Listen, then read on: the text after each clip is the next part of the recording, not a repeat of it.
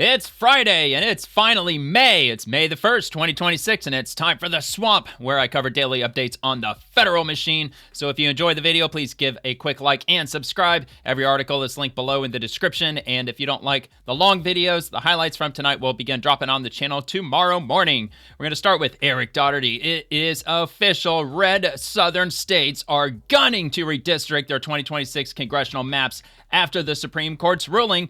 Florida just got it done. We just redistrict our state. I think we're going to pick up 4 more Republican districts in the House.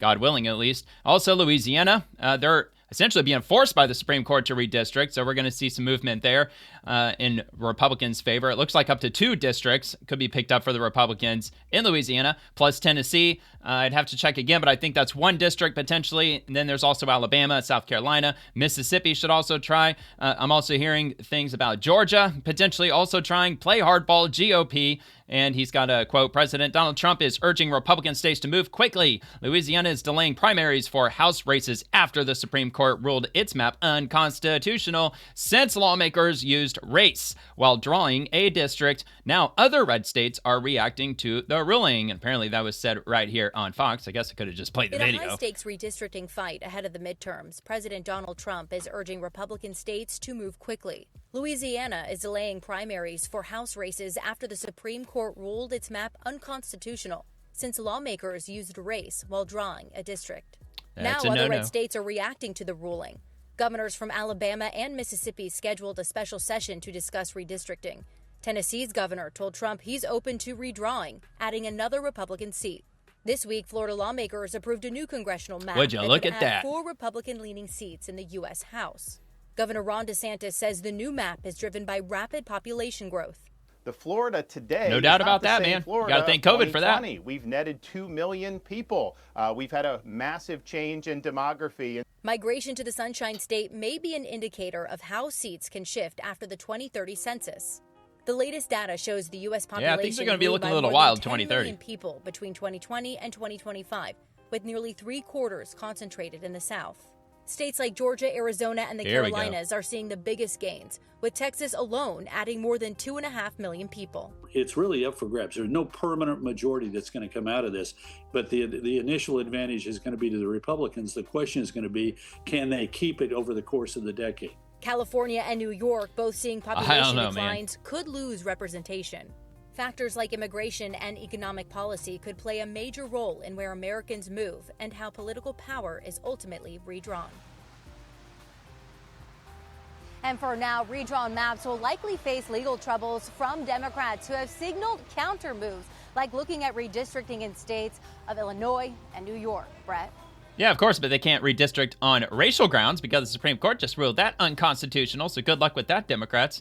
Anyway, yeah, the 2020 census was just an absolute mess, at least in my opinion, because so many people were moving out of the states that they were living in during 2020. We had like this mini great migration down to the south from the northern states, which freaked me out. I thought they were going to end up flipping Florida potentially leaning blue, but no, it actually worked out the opposite. It looked like a lot of people were just fleeing New York and Massachusetts and New Jersey. I saw a lot of those license plates down here around 2020, 2021. I thought there were going to be a bunch of Democrat voters that were moving down just to get away from the lockdowns, but no, it looked like a lot of them turned out to be conservative because Florida just got redder and redder.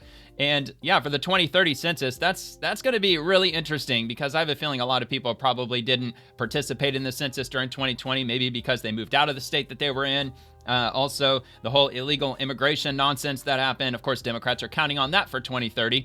And that's why they're fighting tooth and nail to get rid of ICE and CBP so they can keep as many as their constituents as possible, because they don't just count American citizens for the census, they count everybody. So I don't know if that includes just people here on a visitor's visa. I'm sure they probably do. At least in the blue states, I'm sure they count them. And we got this from Benny Johnson. The South will look like this in 2026. Let's have a look at this. Look at how red that is. Red, red, red, red, red. Just a little bit of polka dots of blue here and there.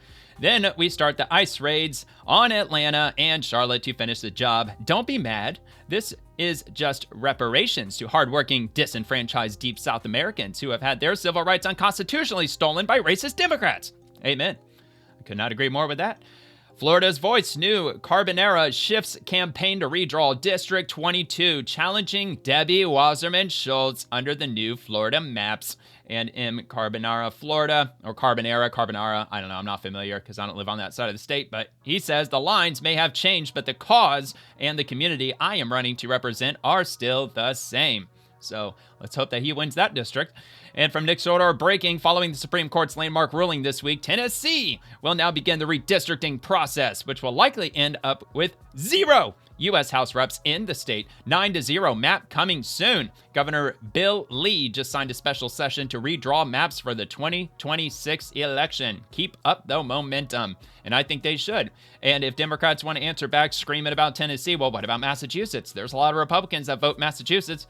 The number of registered Republicans, what is it, like 30%, 35% in Massachusetts? And they don't have one single Republican that is representing them in the House. Not in Massachusetts. It's completely solid blue. And I'm sure Massachusetts probably isn't the only state where that's a factor, or where that's the case. And okay, so we have this, including a President Trump issued a ruling on a potentially groundbreaking redistricting case that could impact for many years to come the power of minority voters in this country. It focuses on the constitutionality of Louisiana's congressional map and how it was redrawn. The justices determined if Louisiana lawmakers properly balance constitutional and Voting Rights Act protections. I want to get straight to CBS News chief legal correspondent Jan Crawford, who has been reading through the opinion. Jan? Well, Major, we just got this ruling within the last couple minutes. The justices in a 6-3 vote, a decision written by Justice Samuel Alito for the other 5 conservatives, are striking down a second majority black district in Louisiana, ruling that state officials focused on race, and that amounted to an unconstitutional racial gerrymander. Now, of course, this was the other day. Is a major one under the Voting Rights Act. It will go well beyond Louisiana. It's going to make it based on what we're seeing so far, it will make it harder for state officials to draw up these so-called majority-minority districts, which have been used for decades and have increased black representation and minority representation in Congress. And it also, I think, will call into question about a dozen or so existing majority-minority districts, mostly in the South. Now, those districts, as you know, Major, have been a way for Democrats to pick up seats in some of those states, those red states in the South. So this ruling is a win, I think we can say, for Republicans. But legally, this is a Supreme Court that going back 20 years or more has been saying in case after case, a consistent line of cases, that the Constitution is colorblind. And that's why we've seen the Supreme Court do things like throw out affirmative action in college admissions. This line of case is very consistent with the court's ruling today. What about the midterms? I think this ruling coming today, 6 months after it was argued back in October, may come too late to have an impact on these upcoming midterm elections. I think the focus will be going forward, limiting states from considering race when they're trying to consciously and intentionally draw up districts to increase minority representation. That means, Major, that you might not have as many of those kind of ink-blocked states or states that have districts that zigzag like a Z, where they go from, like this one did, from Shreveport all the way down 250 miles to Baton Rouge, scooping up black voters along the way to, again, it has me questioning the Virginia map, too. That was just redrawn. Voters there to have that majority. So a couple of districts that zigzag around, too. Will restrict some of those those districts for sure. Looking at this decision, it's 37 pages long. There is a dissent by liberal Justice Elena Kagan that appears to be longer than the majority, and it looks like a barn burner. She went on a tirade. Okay. Is saying that today's ruling will is gutting the Voting Rights Act and will call into peril some of the accomplishments that we've seen over that historic not if the Constitution's colorblind, lady. Law that really dismantled Jim Crow and systemic. I know they don't want it to be the case, but it is. To voting for black people in the South. Of course, the Supreme Court today, as they have in recent decisions on voting rights, is saying the country has moved past that. It's time to stop intentionally focusing on race.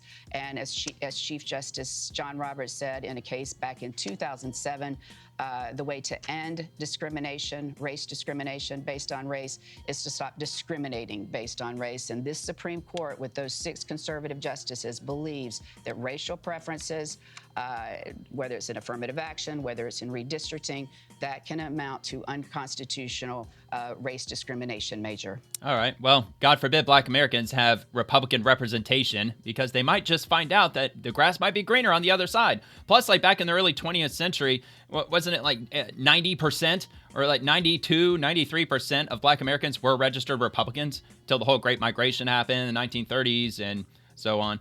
All right, so we got SCOTUS Wire. Georgia tells the 11th Circuit that Callius requires prompt reversal of the order that struck down its congressional and legislative maps under Section 2 of the Voting Rights Act. From the Georgia Department of Law. And let's see, it's addressed to David J. Smith, the Clerk of Court, U.S. Court of Appeals for the 11th Circuit. Dear Mr. Smith, the Secretary writes to notify the Court of the Supreme Court's recent decision in Louisiana versus Callius. Let's see, comprehensive vindication of the Secretary's interpretation of Section 2 of the Voting Rights Act and is correspondingly devastating to the District Court's decision and plaintiffs' theories. It compels prompt reversal of the judgment below. First, Callius resolves the debate over whether a Section 2 plaintiff must disentangle race from ordinary partisanship, opening BR 20 by holding that a plaintiff must disentangle race and politics. Plaintiffs and the district court expressly rejected that obligation, and we got a bunch of numbers. Indeed, the court found that Georgia drew maps not for racial reasons, but to capitalize on partisan advantage, and states may draw districts to achieve partisan advantage. Let's see, relatedly, by clarifying that Section 2 entitles a minority voter to nothing less and nothing more than whatever opportunity results from the application of the state's combination of permissible criteria. Let's see. Callius confirms that if Black voters' preferred candidates lose elections for non-racial reasons, then they have exactly the same opportunity as other voters. The district court misapplied every Gingles precondition by discarding that principle. And it continues on to the next page. It's really small down there at the bottom. Second, Callius dooms that district court's totality of the circumstances analyses, which relied on a potpourri of long past intentional discrimination, laws with supposed disparate impacts, and socioeconomic data. But this inquiry must focus on intentional present-day voting discrimination, not historical practices on present-day disparities linked to societal discrimination.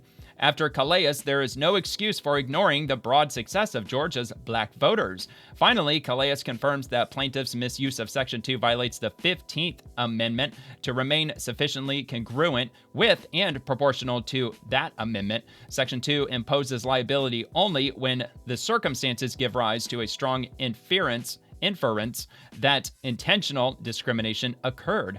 And let's see, otherwise it could be used as a tool for advancing a partisan end, namely a partisan boost to Black voters' preferred party, and rather than as a polyphylactic against invidious discrimination. And it's sincerely from John Henry Thompson, Solicitor General, Georgia Department of Law.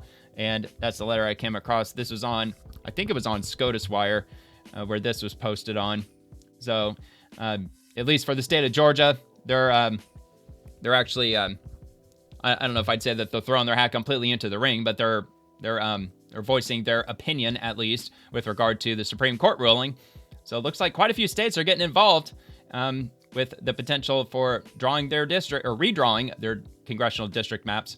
And Libs of TikTok breaking: former New Jersey mayoral candidate Henry Lynn Ebezium pleaded guilty to forging nearly 1,000 voter registration applications. The thing that never happened again. So, all right. And it said he pleaded guilty, right? Yeah, so he pleaded guilty. Voter registration applications, 1,000 of them. I mean, with New Jersey being so deep blue, I mean, what was that really necessary for him to do so? Apparently it was.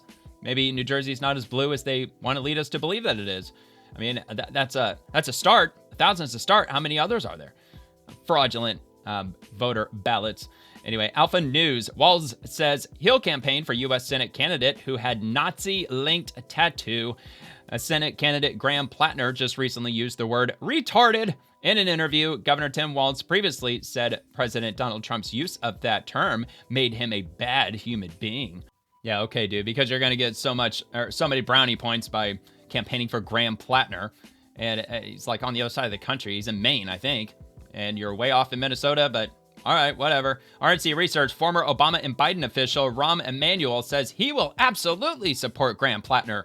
Platner got a Nazi tattoo. He praised Hamas, and he said women should act like an adult to avoid the R word. You know, the R-A-P with the E at the end. Anyway, so we got this on CNN. Got a clip. Are you going to endorse Graham Platner? Wholeheartedly. If he's a Democratic nominee, I'm going to help him if he wants my help. Absolutely. Blue, no matter who. Obviously, we'll have a discussion. I don't care about his racist when past. Mandani won, he was when he was a candidate. I told him when I first met, I said, I don't know who's going to hate this meeting more, my rabbi or AOC. But we had an honest meeting as two former mayors, had an honest discussion about what to face as mayor. Yeah, I support the party and I support winning because I think you have to put an end to Donald Trump and a rubber stamp Republican Congress and get focused again.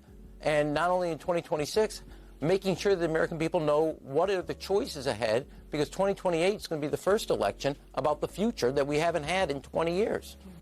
But putting an end to President Trump, I don't really understand what he means by that. He's not going to run for a third term. I mean, he's already into his second term. So, you know, that's that. Oh, so they want to talk about impeaching him over and over and over and over again. Oh, okay. So they want to try to get candidates into office who will just do the bidding of the Democratic Party no matter what. So we're going to impeach President Trump, and you're going to be on board, or else. From Sarah Rose, Jennings got the whole CNN panel to shut the F up and even cut to break with his comeback. And then, so they've got the exchange in quotes. We'll just hear right here. We haven't had an African-American Republican governor since Reconstruction. I mean, you know, there's unfortunately imbalance between the two parties. Republicans tried to elect one in Virginia. Okay. Well, I'm just saying. And then you got a white Democrat who gerrymandered the state. We're going to end this here. Everything is crumbling clearly at this table. Yeah, because apparently Democrats, they don't want a black governor. Of course they don't want a black governor. Who was it? Was it Larry Elder? Didn't Larry Elder try to run for governor in California? Or was that during the whole Gavin Newsom recall something rather? I don't know. I think that was at least a few years ago, but I seem to remember that Larry Elder, he was running for governor. But anyway, Ben Smith, Walz claimed Elon Musk gave a Nazi salute. Now he's campaigning with a candidate who had an SS tattoo. Actually should have included that above those two other clips. But anyway, so this is on Red State. And let's see if we can get any more information on this. Above and beyond him just saying that he's going to campaign for Graham Platner. And let's see, Tim Walz declared Elon Musk a Nazi sympathizer based on a gesture at a rally, which he wasn't doing that at all. He was actually, you know, symbolically ripping his heart out of his chest and throwing it out to the crowd, like my heart goes out to you, which is clearly what he was doing, obviously. If you watch like the 10 seconds leading up to that gesture that he made, you know, but that's what the mainstream media does. They cut out all the important parts and then they just, you know, piece together the narrative that they want to push forward. Anyway, so now he's heading to Maine to campaign for Graham Platner, a Democratic Senate hopeful who had the Totenkopf, the SS skull and crossbones, the ADL, links directly to Nazi iconography tattooed on his chest for nearly 20 years. He only covered it up when reporters came asking. Yeah, he did. He had it covered up within like 7 days after they asked him that. They were like, isn't that a Totenkopf? And it's a Nazi symbol. And he's like, and I don't know what I tattooed on my own chest. So Tim Walz was in meltdown mode, likening Elon to a Nazi, a guy with an actual Nazi death camp tattoo. No problem, campaigning with him tomorrow, so this should open up. We knew that the implication, okay, and they're throwing so much at us that we're fatigued, you know. We spent 3 days, you know, having them trying to debate that President Musk gave a Nazi salute. Of course he did. Well, yeah, but dude, the dude you're campaigning for has literally a Nazi tattoo. It's still there. He got it covered up, but it's still there. It didn't just disappear forever. I mean, I'm sure you can't recognize it anymore. Doesn't mean it's completely gone, though. All right, so anyway, Tim Walz, I'll be in Portland tomorrow with Graham for Maine to kick off his campaign to retire Susan Collins. Let's go win this thing. We knew that the implication, and they're throwing so much that are at us that we are fatigued. We spent 3 days, debating, having them trying to debate that President Musk gave a Nazi salute. Of course he did. What? That's Walz on MSNBC dismissing any debate over Musk's gesture as exhausting spin, then booking a flight to Maine to campaign for a man who wore the actual symbol. A former staffer told Jewish Insider that Platner didn't just wear it, he also referred to the tattoo by its German name. Platner is an oyster farmer and a Marine veteran running as a progressive insurgent against the Democratic establishment. Yeah, okay. Senator Bernie Sanders endorsed him and rallied with him in Maine, calling him a stronger candidate than Governor Janet Mills. That backing held even after the tattoo story broke. Sanders shrugged it off, saying Platner went through a dark period and had apologized for his past. Oh, isn't that convenient how they're just like, he's got a couple of skeletons in his closet, but don't we all? It's just hilarious how they're just so quick to sweep these like massive scandals under the rug and just brush it off like, no, there's nothing to see here. Platner says he got drunk in Croatia in 2007 and had no idea what it meant. Bullshit. He only covered it up after reporters started asking questions. The cover-up was rushed, done at a local tattoo shop because laser removal wasn't available nearby. Well, plus, to get it laser removed, you have to go to like 50 sessions, don't you? That's a process that takes probably over a year. I don't know. The only tattoo I have is behind my ear because I'm deaf in my left ear, so it's a muted speaker icon. So I have no intention on getting it removed because it's there for, I guess, quote-unquote medical reasons. But aside from that, I don't know anything else about laser tattoos. I think I saw like a video somewhere, like at some point with somebody explaining that you have to go to like 20 or 30 different sessions. You can't just show up and they just laser it off and it's just magically not there anymore. All right, so the cover-up was rushed. Okay, so we already saw that.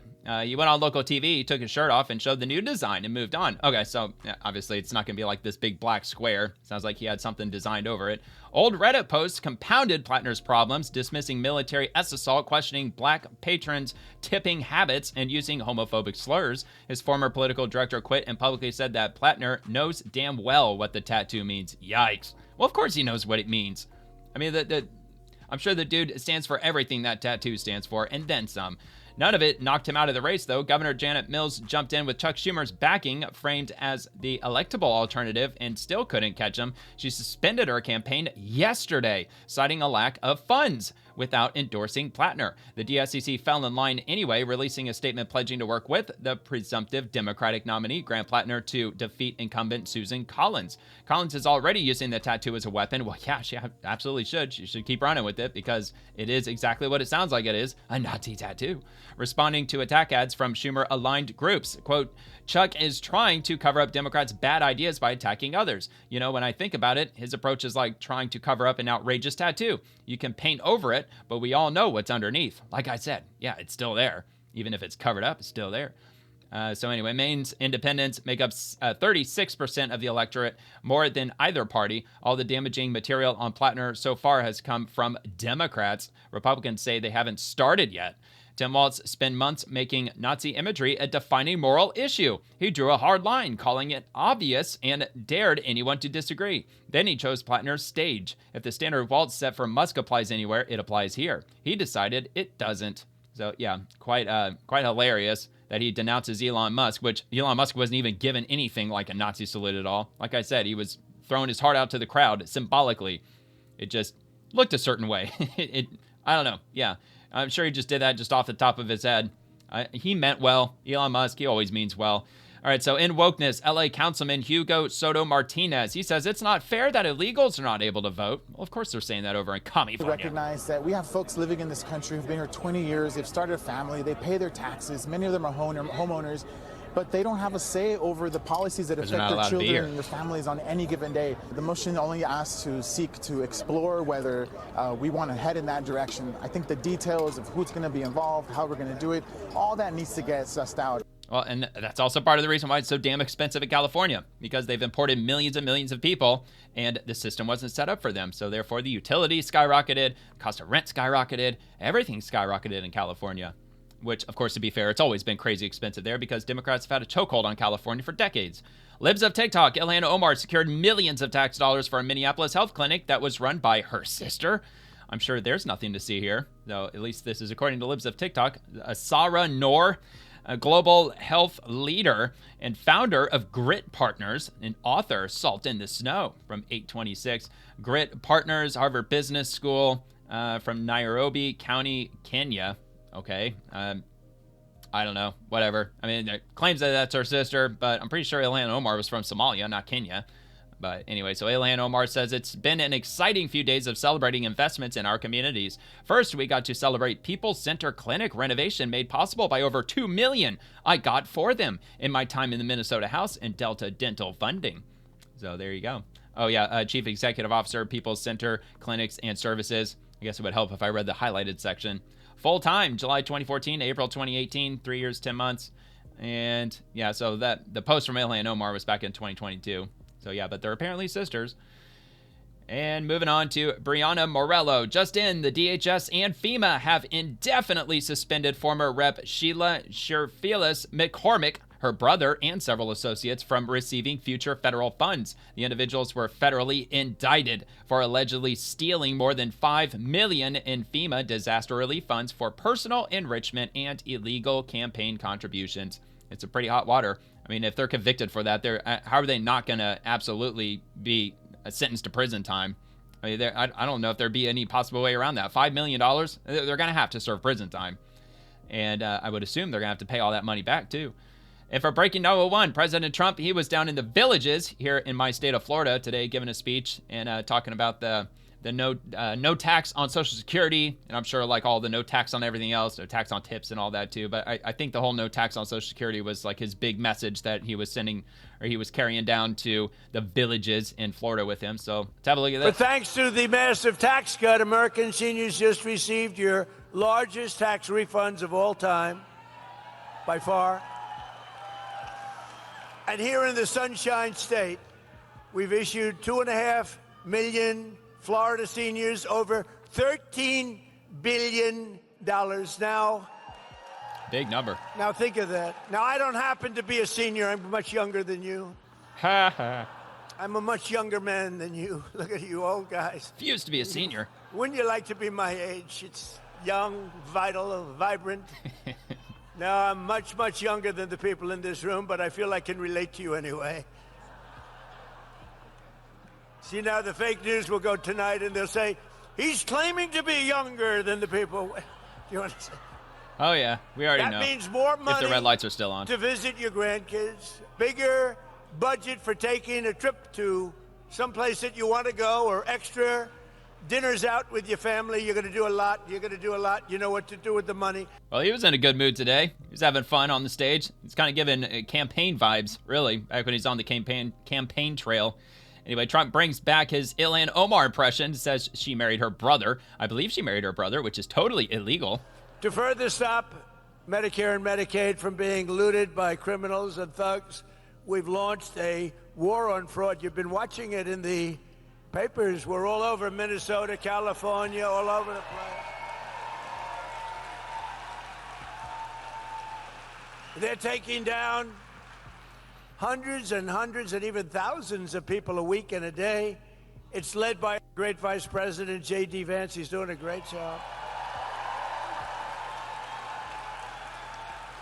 I said, J.D., I want that job. I want to do it as president. He said, you better, let's do a little delegation, please. But J.D.'s done a great job. Thousands and thousands of people are it's a fraud. I mean, look at the wonderful country. It's a beautiful country. You should try it sometime. Somalia, it's a beautiful place. It's got no government. It's got no military. It's got no anything. It's got one thing that's really strong. Pirates. Crime. It's got a lot of crime. Yeah, crime. And they pirates. Have no police. It's basically the All same they thing. do is run around shooting each other. It's filthy dirty, disgusting dirty. It's a horrible place. They come here, and Ilhan Omar, you ever hear of her? She heads it, and think of it. They have nothing but crime, poverty, pollution. Everything is horrible over there. Nothing good. They say it's the worst country anywhere in the world, that we got some beauties out there, but it's the worst. And then she comes here from Somalia, and she tells us how to run the United States of America. She says, the Constitution gives me certain rights gives me certain rights. And I demand that I be given these rights. Get the hell out. What a phony. I'm sure the mainstream media is having a field day with that one.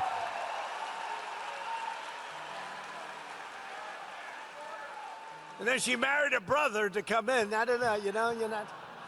But I would imagine they're looking at her. I have nothing to do with it. I would imagine. Of course I have nothing to do. I have nothing, but I believe she married her brother, which is totally illegal. Although it's a totally lovely couple, actually, but it's a little bit on the illegal side. Darling, I love you very much. Good night, brother. Let's go to bed. Uh-oh. Isn't she despicable? I can't stand watching. I remember that fake acid attack that happened a couple of months ago. Last month, stupid. she accidentally checked vinegar. the wrong box. It said she was worth $38 million. Oh, yeah. Now she's worth only 18. And law enforcement Ain't that came weird? after her for that. And then Vineyard's all of a worth sudden nothing she all was of a worth sudden. less than $80,000. And she said it was accounting. It was an accounting error. Yeah, throw the accountant under the bus. It was not a very good accountant, was it? No. Their whole life Yeah, give us the name. is based Let on us interview fraud and a scam. The whole thing is a scam. And we ought to get those people the hell out of our country. Well, yeah, they got to rely on piracy for survival. I mean, stealing is what they do. I'm not saying 100% of Somalians do, but I'm sure that's probably one of their primary drivers for the nation's GDP. Freaking piracy and ransom and just taking people hostage, kidnappings, and so on and so forth. Whatever that Tom Hanks movie was, I saw it before. I can't remember the name of it. Escapes me, but all right. So President Trump, he also talks about Byron Donalds, who's running for governor in my state, in Florida. And let's see, from Eric Daugherty, LMAO President Trump on Florida, governor candidate Byron Donalds. He's so far ahead in the polls, I don't have to ask him to come up. My theory is if you're up by over 20 points, I don't want to waste the time. Byron Donalds. Byron. Turn it up a bit. Special, guy. Thank you. Thank you. I'm sure he's there. He's so far ahead in the polls, I don't have to ask him to come up. I would ask him, but when my theory is when you're up by more than 20 points, I don't want to waste the time. Okay, is that all right? He's killing him. Another great friend of mine, Florida agriculture. Yeah, he kind of found himself into kind of hot water. I guess there was a remark that he made, and I don't even know when it was because I didn't get any exact date. But apparently, he said that illegals that he believes that in. I don't even know exactly which illegals. I don't know if he was talking about just the minors, the dreamers, or what have you. But he believed that they should be put on a pathway to citizenship in some way, shape, or form. I can't remember it exactly. I wish I did. I wish I had something to that. But yeah, he was being interviewed by somebody, and I guess he said it in passing. And again, this could have been a few years ago, and I'm sure he's probably changed his stance on that. But he definitely got a lot of pushback from that when it resurfaced. And it resurfaced not that long ago. It was like just a couple of weeks ago, and I showed it right here on the swamp. And but that aside, I got no problem voting for him for governor. He represents Naples, and he sits on a couple of committees, which I've also shown on the swamp, and he always does a bang-up job grilling people that are in the hot seat or, just doing what he does best as a Republican. Anyway, Florida's voice. President Trump closes it out at the Villages. America is back, bigger, better, and stronger than ever before. Together, we will make America powerful again. America is back, and that's really true. America is back, bigger, better. It's back. And stronger than ever. It's back, bigger, better, and stronger than ever. And just to put it in some words that you've heard before, together we will make America powerful again. Powerful. Oh, yeah, powerful. We will make America wealthy again. We will make America, Dr. Oz, healthy Safe again. Oh, yeah, healthy again, of course. We will make America strong again. We will make America proud again. Proud. Damn it. We will make America safe again. Aha, there it is. And we will make America great again. Thank you. Thank you very much. The Villages. Of course, the big slogan, make America great again, at the Villages. And of course, it says no tax on Social Security. Thought I saw that somewhere. But yeah, that's what he was going there for. And Yeah, so like the Villages, I know it's north of where I live in Tampa Bay. It's I want to say it's somewhere between like maybe Ocala and Orlando. It's not far from Ocala, I'm pretty sure. But I just know that it's up there in like the northern peninsula area. Okay. And all right, so we did do that one. All right, so breaking number one, Trump. He says, I had a great meeting with Dr. Nate Morris of Kentucky yesterday. Nate is a terrific businessman and strong MAGA warrior. I will be making an endorsement for U.S. Senate in Kentucky shortly, but I've asked Nate to step aside from that race to take a role in my administration as an ambassador. Nate is Oxford educated, tough as nails. Actually, Senator Kennedy, I think he went to Oxford too. Loves our great nation and will represent the United States very well, overseas or otherwise. He has a great future in politics or anything else he chooses to do. We will be announcing Nate's new role soon. Stay tuned for my important endorsement for Senate in Kentucky. It will be a big one and straight from the heart. Republicans must win the Senate. President Donald J. Trump. So I'm not familiar who Nate Morris is, but sounds to me like he was running for Senate in Kentucky. He was running for something in Kentucky at the very least, but it sounds like the Senate. And looks like he's trying to pick him to be an ambassador to somewhere. Anyway, so let's see. Next one, Florida's Voice, Homeland Security funding signed. President Trump signs a bill funding most of DHS, ending a 75-day partial shutdown and keeping agencies like FEMA and TSA and the Coast Guard and Secret Service operating. And President Trump says it's an honor now to sign this incredible bill and get our country working again. And I just read yesterday with regard to the Coast Guard, they had gone without funding for so long that they were getting their electricity cut off at bases where they were stationed. It's absolutely nuts.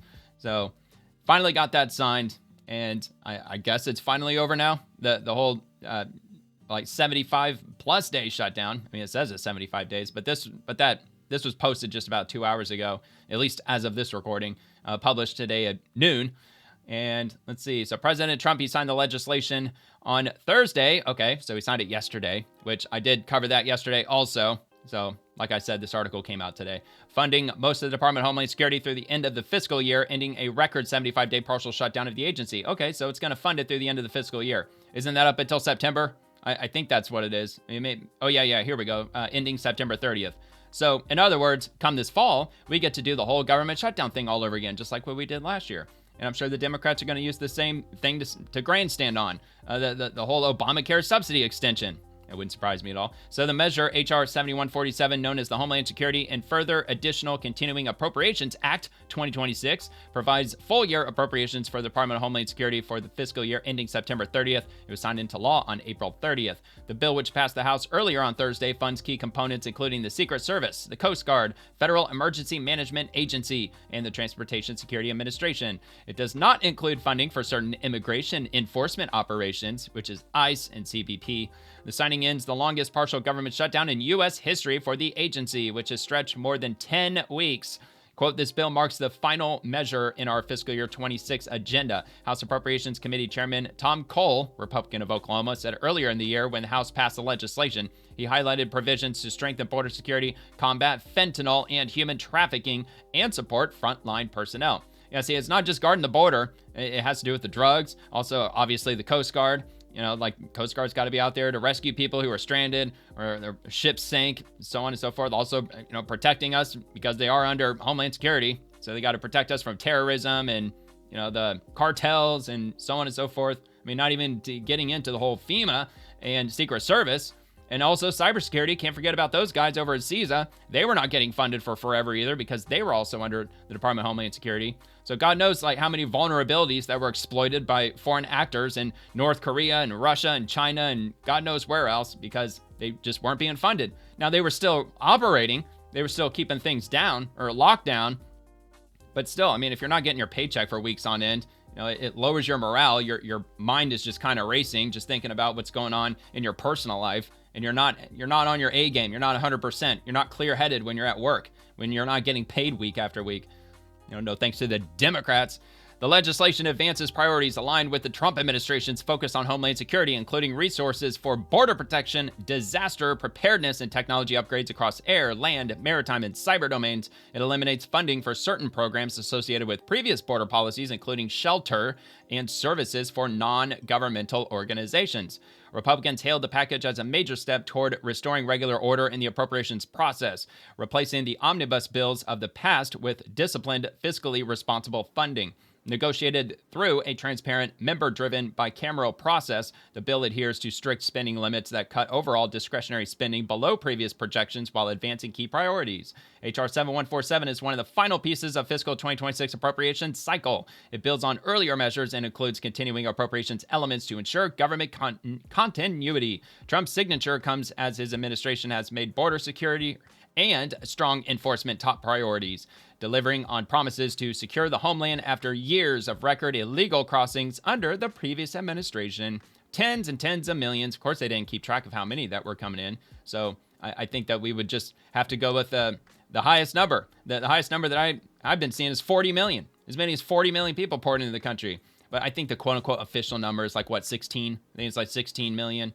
But everybody's got their own number, depending on who you ask, whether it's President Trump or DHS Secretary Markwayne Mullin. I'm sure he's got his own number, but the highest that I've heard is like 40 million, and that probably is the real number. Well, multiplied by 3, that's the real number. Over 100 million. All right, so anyway, Department of Homeland Security, the 76-day Democrat shutdown of DHS never should have happened. Thank you to the patriotic employees who continue to protect the homeland without a guaranteed paycheck. 76 days being shut down, not being able to be operational. People say, well, but they're getting paid. We had State Department paying our electricity bill. We had DOW, Secretary Hegseth was paying our gas bill for the United States Coast Guard to operate. We may be able to pay paychecks, but we couldn't do anything. We had contractors walking off the border wall. We have drone defense companies that we're subcontracting from that was walking off jobs. Because we have MOUs, memorandum of understanding with law enforcement, that's got to deliver these 11 cities that we got FIFA coming to with the World Cup that haven't been paid since February. It was absolutely absurd, and AOC wants to sit there and say it was worth it. We are tasked to protect the homeland. I don't care where AOC lives or how she votes. My job is still to protect her constituents.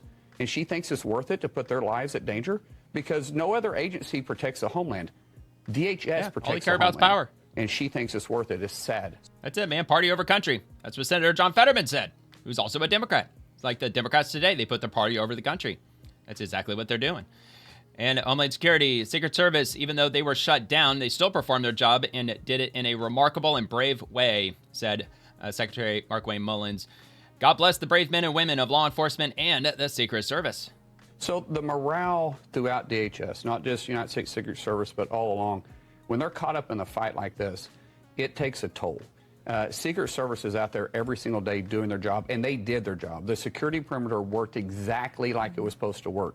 But that's why we have layers of security built in. The first layer was breached. The gentleman never, I say the gentleman, the perp never penetrated the second asshole. One. And so the Secret Service, even though they were shut down, still performed their job and did it in a remarkable and brave way. Now, is there lessons that can be learned? Pointed his gun at him. Did you see that? Every time a situation like this happens, we have an opportunity to improve. Get his fucking head blown off. For people to say that the Secret Service failed, that's criticism that they just don't even understand the way security works because they performed remarkable. I mean, look, maybe some critics might say that they didn't perform that remarkably because the dude's still alive. I cannot believe that they didn't just completely open fire on him when he just charged through there, like armed to the teeth. He had at least 2 firearms that I know of, and didn't he have knives on him too? I think he had knives and he had extra magazines, just barreling through with the shotgun, and he pointed one at him as he was running by. I cannot believe they didn't unload on him, man. He didn't get shot once. So, but, you know, I guess that's just going to work out because justice is going to be served. He's going to be spending a very long time in prison because he's being charged with attempted assassination of the President of the United States, which can come, or it could come with a life sentence at a maximum. And I got one more from Secretary Mark Wayne Mullen. I want to thank every DHS employee who showed up to make America safe again during the Democrats' longest government shutdown in our history. For 76 days, these patriots defended our national security without a guaranteed paycheck. It is an honor to serve alongside them. See, he said 76 days. I think the article says 75, right? All right, guys. As you know, I haven't quit smiling since getting this great opportunity to be Secretary of Department of Homeland. But yesterday, like a whole weight was lifted off my chest. Yes, after 76 days of this Democrat radical shutdown, finally we are open. Now, we never shut down, but he went into the shutdown when he was confirmed. All 22 agencies that fall underneath DHS to basically work for free and somehow still deliver the mission on protecting the homeland. I want to take this opportunity to thank every single one of the employees that showed up every single day and delivered on their mission, regardless if Congress was refusing to pay our bills. We are here, well, to do one thing: protect your backyard like we protect my backyard. Regardless of your blue state, regardless of your red state, we have the privilege of protecting all the homeland, from the Coast Guard in our waters to even ICE on our streets, going after the criminals that are harassing and terrorizing some of our neighborhoods. The truth is, regardless of what you think about Department of Homeland, we're still out there protecting you every day when you're headed to work or when you're at home asleep. And I feel like I had the best job in the world. So thank you. May God bless you, and may God bless the United States of America. Oh, and I imagine they're going to start getting their back pay, I would assume, immediately, or at least in the coming days. I haven't heard anything about $10,000 bonuses for people who showed up every single day, so it doesn't look like that's probably going to happen. I think if it was, I think that I would have definitely seen it because people would have been talking about it. All right, moving on to breaking number one. The U.S. will withdraw about 5,000 troops from Germany, roughly 7% of its total forces in the country. Still, dude, that's only 7% of the forces. So how many is that exactly?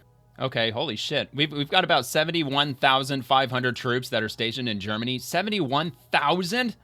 That is a crazy number just for Germany. So, like, how many troops do we have in France and in the UK and like everywhere else? I don't know. It's probably a shocking number, though. But anyway, so 7%, okay, that's a start. You know, why not? So anyway, 7% of its total forces in the country, with the pullout expected to be completed within the next 6 to 12 months. Good grief.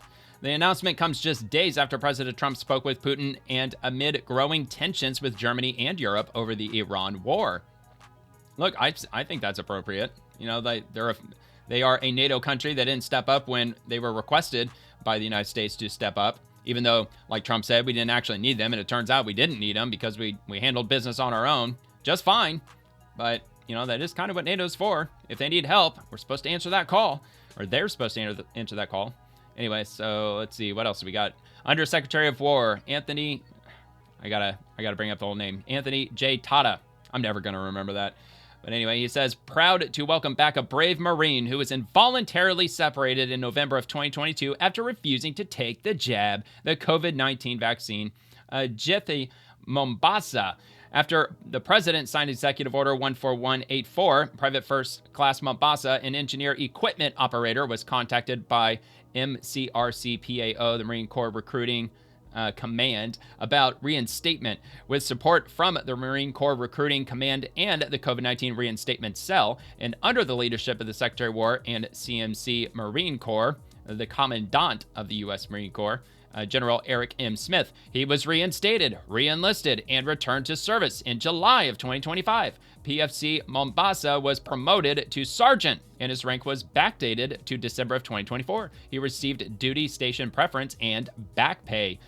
Said Sergeant Mombasa, he says, quote, I missed the community and brotherhood that I could never find anywhere else. I wanted to reinstate to finish what I enlisted for, to change the direction of my future and become a man my future family can depend on. Semper Fi, Sergeant Mombasa. So there you go. Good story. He was allowed back in because that was bullshit. And there were thousands, right? It was like 6,000 or 7,000. Actually, it was probably more than that, really, that were kicked out of the military because they refused to get the COVID-19 vaccine. Absolutely ridiculous. And it wasn't even a vaccine at all. It was a freaking therapeutic because it didn't block it didn't stop people's from catching COVID, because they said if you got the COVID vaccine, you're going to get COVID anyway. You're just not going to get symptoms so bad that it would put you in the hospital, which I think that's a therapeutic, isn't it? I don't think that's a vaccine. But whatever, I don't want to get on the weeds with that. But so, Department of War CTO, Undersecretary Emil Michael on ensuring frontier AI capabilities are compatible with the mandate of the War Department. Quote, when they deploy on our networks, they're deploying models that are tuned for national security purposes, and so on. We'll hear him say it. But more importantly, when they deploy on our networks, they're deploying models that are tuned for national security purposes. And that's why the partnership with the executive team and the management is so important, because things are evolving in the threat landscape, and whatever guardrails, whatever principles they want to develop against has to be consistent with our values, our mandate, our restrictions even, and that's where the guardrails come in. But more importantly, when they... All right, and I do have a little bit more information on that, because I believe it's 7 companies that the War Department is contracting with. It includes whatever that internet service that Amazon has. It's got a name, but it comes with like the Amazon logo. But anyway, let's see. Director Michael Kratsios says, we are committed to ensuring our warfighters have the best tools at their disposal. Today, the Department of War announced agreements with 7 leading AI companies to deploy advanced AI on classified networks, leveraging the full strength of America's technology stack. And whether it's a good idea, if it's not a good idea, let's just hope that they have plenty of security to keep all that classified information classified. The War Department announces agreements with leading AI companies to deploy capabilities, classified networks. Here, let me make this a little bit larger. All right, so the War Department has entered into agreements with 8 of the world's leading frontier artificial intelligence companies, including SpaceX, OpenAI, well, at least for now. It sounds like OpenAI is about to go the way of the dodo. Google, also NVIDIA, and Reflection, also Microsoft, Amazon Web Services, so that's, yeah, close enough, and Oracle to deploy their advanced AI capabilities on the department's classified networks for lawful operational use.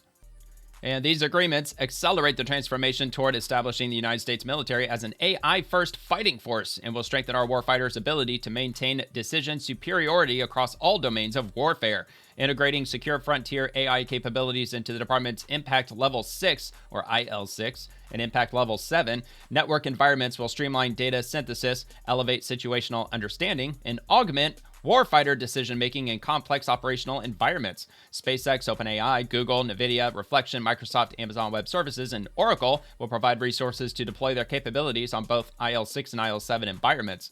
This effort supports the department's AI acceleration strategy by enabling new capabilities across its 3 core tenets of warfighting, intelligence, and enterprise operations. Let's see, GenAI.mil, the War Department's official AI platform, is already demonstrating the scale and impact of this acceleration. Over 1.3 million department personnel have used the platform, generating tens of millions of prompts and deploying hundreds of thousands of agents in only 5 months. Warfighters, civilians, and contractors are putting these capabilities to practical use right now, cutting many tasks from months down to days. The department will continue to build an architecture that prevents AI vendor lock and ensures long-term flexibility for the joint force. Access to a diverse suite of AI capabilities from across the resilient American technology stack will give warfighters the tools they need to act with confidence and safeguard the nation against any threat. Together, the War Department and these strategic partners share the conviction that American leadership in AI is indispensable to national security. This leadership depends on a thriving domestic ecosystem of capable model developers that enable the full and effective use of their capabilities in support of department missions. As mandated by President Trump and Secretary Hegseth, the department will continue to envelop our warfighters with advanced AI to meet the unprecedented emerging threats of tomorrow and to strengthen our arsenal of freedom. And no word on how much this is going to cost. No word on how much each of these companies are going to be making off of this. I imagine it's going to be in the many, many billions of dollars probably. And we'll move on to U.S. Central Command. U.S. forces continue to patrol international waters and enforce the ongoing naval blockade against Iran. As of now, 45 commercial vessels have been directed to turn around or return to port to ensure compliance. So I don't have a whole lot on Iran this time. I think I only have just like a couple of more posts after this. I'm not going to get hung up too much on Iran because I don't think really a whole lot is really happening outside of the blockade. And we're still waiting on them to put together this peace agreement that they're supposed to be working on. And in the meantime, which we'll get into the next post in a second, they've already lost about $4.8 billion in oil exports because we got the blockade happening. So let's take a look at this real quick.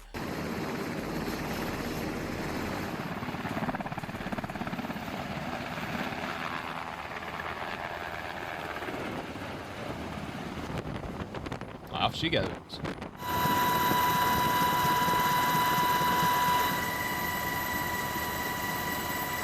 And another one. Trying to keep them from entering or exiting Iranian waters. And I guess it's just going to have to hold up until they get that deal signed. And President Trump already said probably about a week ago at this point that he was in no big hurry because the blockade is holding nice and firm. And in the meantime, they're going to lose $500 million worth of oil money because they're not able to get any of it out of the country. So, Iran's suffering a lot more than we are by holding the blockade. And the U.S. blockade cost Iran $4.8 billion. The Pentagon says we have delivered a devastating blow to the Iranian regime's ability to fund terrorism. This is going to be on Axios. It's going to be at Axios.com. I think they paywall, though, come to think of it. And, yeah, it looks like they probably will. Yeah, they are. Yeah, I see how it disappears there. The Defense Department estimates Iran has been denied nearly $5 billion in oil revenue because of the U.S. blockade in the Gulf of Oman, causing unprecedented pressure on Tehran's government. Why it matters. The blockade is President Trump's most significant leverage tool to negotiate with Iran. Okay, so that's the gist of it, but I'll link it if you happen to be subscribed to Axios.com. Maybe one day if I ever get monetized on here and if I make just enough to be able to subscribe to some of these platforms, that's exactly what I'm going to be doing because getting paywalled sucks. Yeah, I know. I could copy and paste it.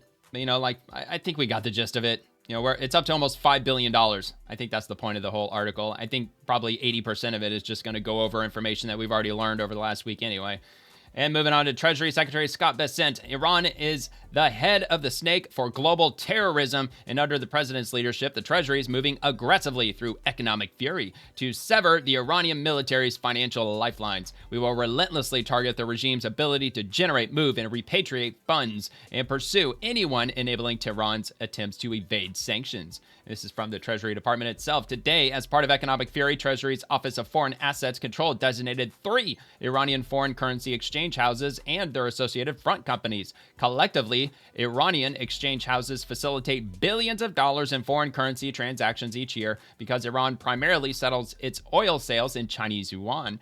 These exchange houses play a critical role in converting oil revenues into currencies that are more readily usable by the Iranian military and its partners and proxies. Well, that's certainly one good thing that they should be going after because, yeah, I think that they entered that agreement with China in 2021, maybe in 2020, and then they just recently, I think it was last July or last June, it was less than a year ago that they renewed that agreement that they're going to, essentially, that China is basically going to be buying oil from Iran using Chinese yuan and not in USD, like the petrodollar. And I don't know, man. I'm sure that probably has something to do with the reason why we made a move against Iran. I know, I get it, like no nuclear weapons. I just have a feeling that maybe the whole oil thing probably plays a large part in it too. Okay. And one more from Treasury Secretary Scott Bessent. It is very difficult for rats in a sewer pipe to know what's going on in the outside world. Some color for the Iranian leadership as they literally sit in the dark. Number 1, the United States has complete control of the Strait of Hormuz. Number 2, there is a hard currency, i.e. US dollar shortage. Number 3, food and gasoline rationing are in place. Number 4, the entire international community has turned against you. And number 5, the blockade will continue until there is pre-February 27 freedom of navigation. And he tagged in the Wall Street Journal that he essentially replied to. The U.S. Navy's blockade is revealing a hole in Tehran's strategy of guerrilla warfare in controlling the Strait of Hormuz. Yeah, because I don't know if maybe they did end up taking the advice of Pete Hegseth and President Trump, and maybe they should take a look at some of the footage from Southcom when it comes to those speedboats of the cartels and the drug runners, the narco-terrorists. You might want to have a look at those and see how we handle them. So maybe the IRGC did have a look at some of that footage and they realized, oh yeah, so if we start sending our speedboats swarming the Navy and start swarming around other vessels, then yeah, we're probably going to all get just completely obliterated. Yeah, you will. That's exactly what's going to happen because we're really good at it. All right, so almost 5 decades, Iran's Islamic government has survived financial pressure from the U.S. by selling oil to China. It confronted American military might with guerrilla tactics, but with the U.S. Navy's blockade, that strategy might have met its match, analysts said. Of course, it's going to trail off because it's Wall Street Journal's paywalled. Tehran thought it was gaining the upper hand after the war started in February as it attacked ships navigating the Strait of Hormuz, shutting down commercial traffic and blocking a fifth of the world's oil and liquefied natural gas supplies. 6 weeks into the conflict, the U.S. responded, and we already know where this is going. I mean, they're just pretty much going to, like I said, probably take 80% of the article to talk about what's already happened, like weeks ago, and leading up to what's happening now with the economic sanctions, with Economic Fury, Operation Economic Fury, with U.S. Treasury. Not to be confused with Operation Epic Fury, which is headed up by the Department of War. All right, so breaking 911, a video shows protesters being arrested after chaining themselves to the New York Stock Exchange in New York City during nationwide May Day demonstrations. Yeah, apparently these big like the Soros Foundation and apparently even Chinese organizations donated somewhere around like $2 billion to this whole like nationwide May Day fiasco. So of course it's just another event, another opportunity for Democrats and leftists and progressives to go outside and just wreak havoc and scream at the sky and, damn the world for electing President Trump, or at least America, the popular majority. He won all 7 swing states. Oh yeah, can't forget about the billionaires.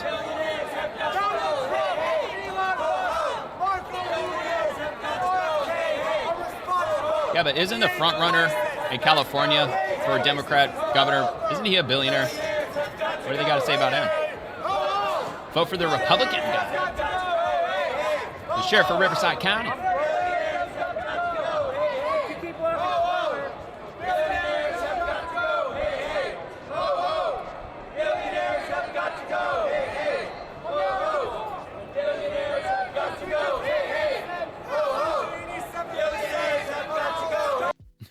What do you imagine they do for a living? I think we're looking at it. It's about as far as their expertise goes. Just causing trouble, yelling, obstructing, and so on. From Andy No, Los Angeles also happened today. He posted this 5 hours ago as of this recording. Police moved back Mexican nationalists and leftist protesters who shut down the roads for the May Day direct action. They are demanding citizenship for all illegal immigrants.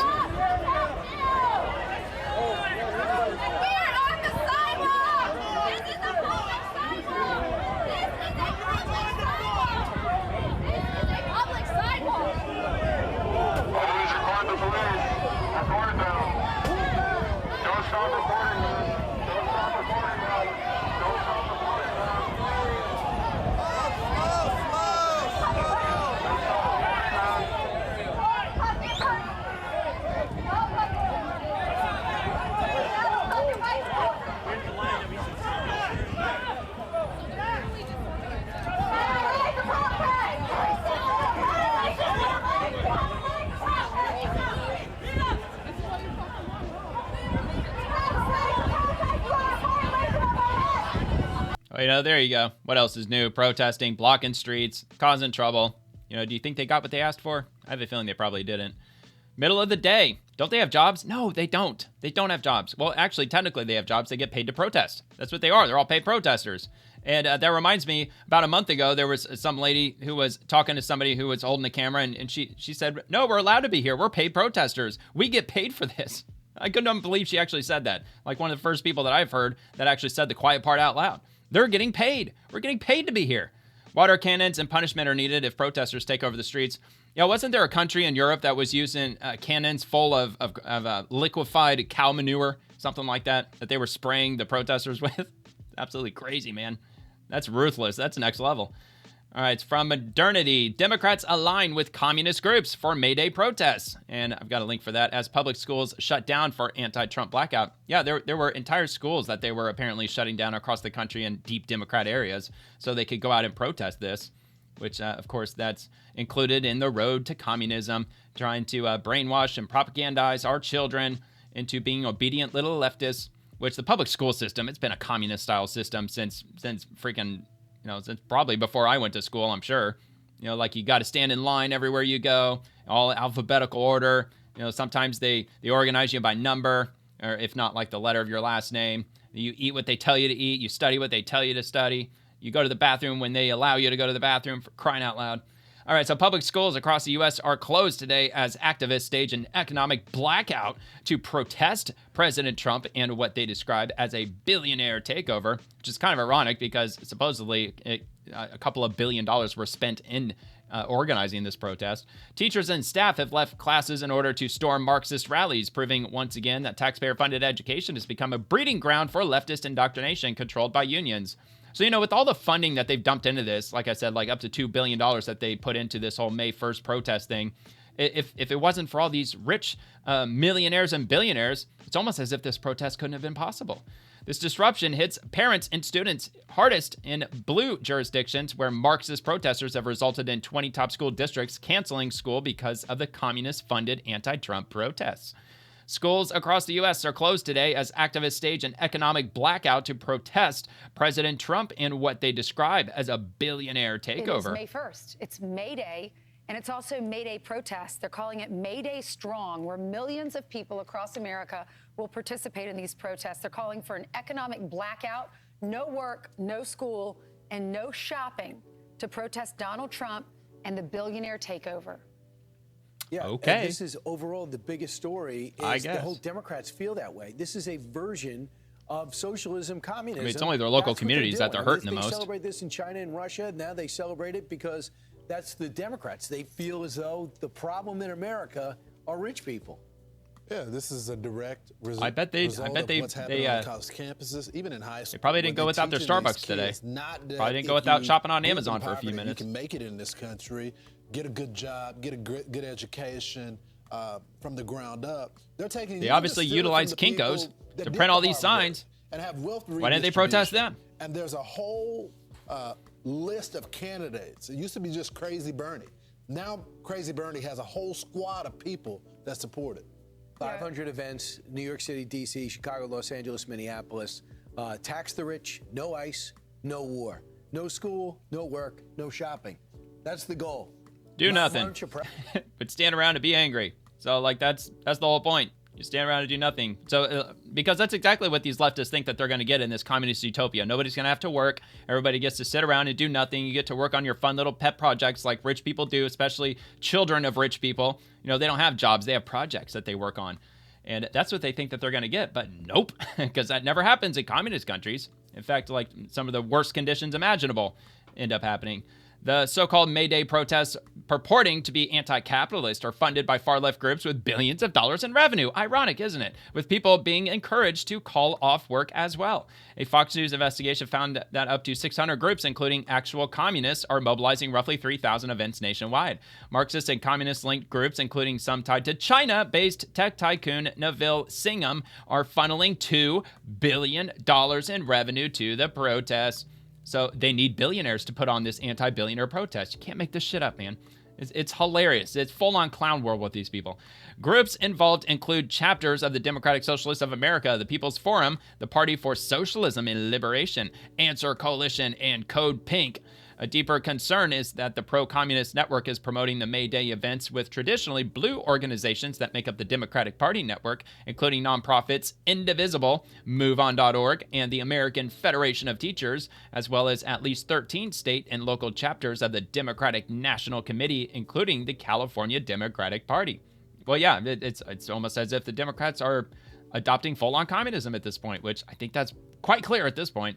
The Communist Party of the USA has rallied workers to rise against MAGA. On May Day, the Revolutionary Communist Party calls to dismantle the capitalist imperialist system. The Maoist Communist Union summoned members to join the anti-imperialist contingent at New York City protests. So it's going to go on from there. I'm pretty sure Modernity News or .news. It's an independent organization, so I don't want to read like every word of it.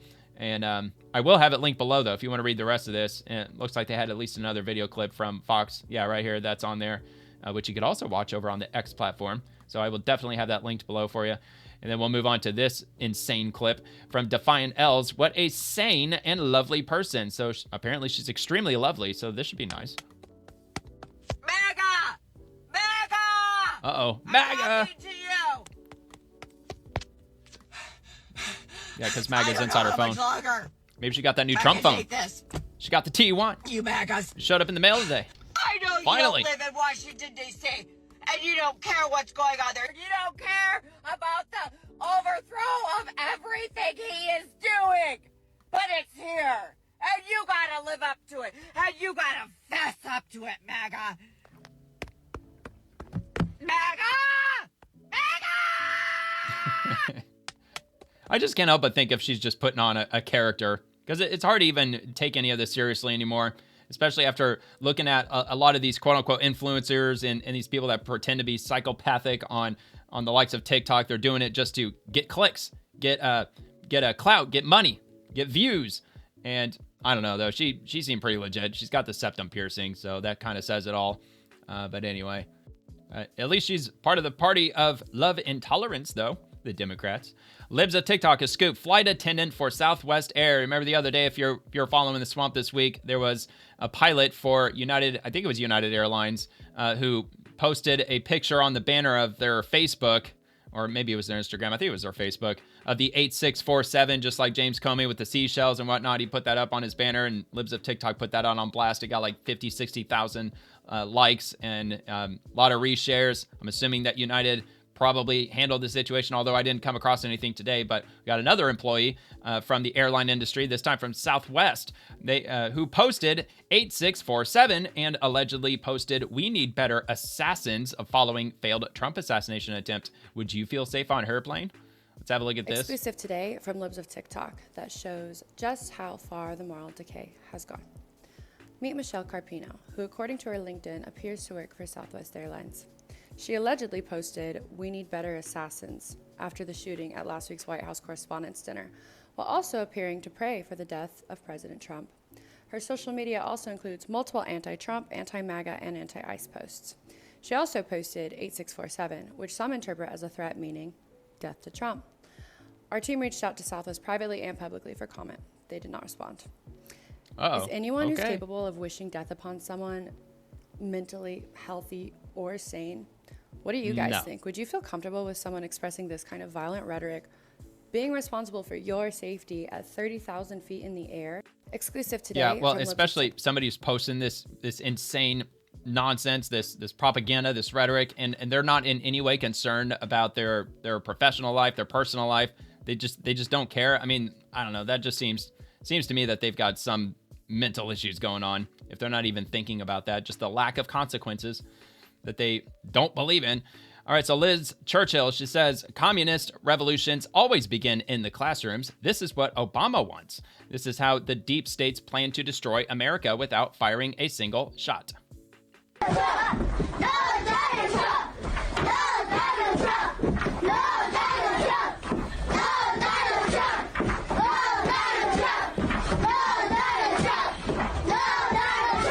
Your public education system, ladies and gentlemen.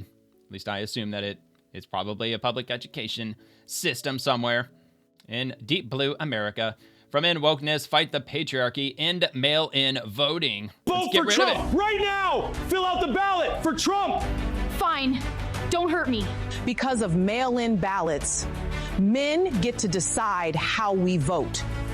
This damn straight is for Trump. No, please, I can't. Yes, you can. For Trump. This has to end. We cannot let the patriarchy win. We fought too hard for this right to let men steal it from us. Take a stand against the patriarchy. Defend a woman's right to choose. Demand an end to mail-in voting. There you go. So if you got any liberal friends and family members, show them that clip, and then maybe they'll get behind eliminating mail-in voting. From Eric Daugherty, holy crap, Secretary Brooke Rollins confirms that in just the red states, not blue states, these are just the red states, they found 500,000 people getting more than one federal welfare benefit illegally, and 244,000 of them are dead. Blue states are hiding their data. Of course they are, because it was requested by the USDA, and I'm sure there were other government agencies that were asking for what should be public records, because they're using federal funds to pay for all of it. They were outright denied. They said, no, we're not going to release anything because we don't want to violate the privacy of our residents. So fraud and abuse in the SNAP program, the food SNAP program, will end. And please be our partners in this. 29 states responded. Okay, so we've got more quotes, and we've got a video to accompany this. So let's just watch the video. America is saying fraud and abuse in the SNAP program, the food stamp program, will end. And please be our partner in this. 29 states responded. All but 2 were, of course, red states, Republican governors, and they said, yes, we are in. And within that data dump, billions of pieces of data that we're now sharing with the states, we found 500,000 people getting more than one benefit illegally. Throw it into AI. We found 244,000 should figure out all the numbers pretty quick, right? People. Laura, this is just the red states. In that time, we have now arrested, it's just the red states. Crazy. We have now arrested 895 different people in the last year for illegally using the food stamp system. And now, of course, we're talking about what is happening with that money. So we're making a lot of progress. Of course, the blue states are suing us to say that they don't have to share that data. But the corruption is absolutely astounding. The vice president has now leaned in with his fraud task force. We are now on supercharged. Not that we weren't before, but now we're really on warp speed to do everything we can in the next 2.5 years to get this under control and to change it for good. Okay, well, all the fraud's going to be in. Well, look, like none of it should be hidden from the public if the public are paying for all of this, which they are, using federal money to pay for it. So I don't know exactly what blue states are standing on other than we don't want to release private information of individual people. And they're not asking for everything. They're just asking for, what is it, like first name, last name? I don't know, a date of birth or something. I don't know. I'd have to double check on that. They weren't asking for like highly detailed information. They're just...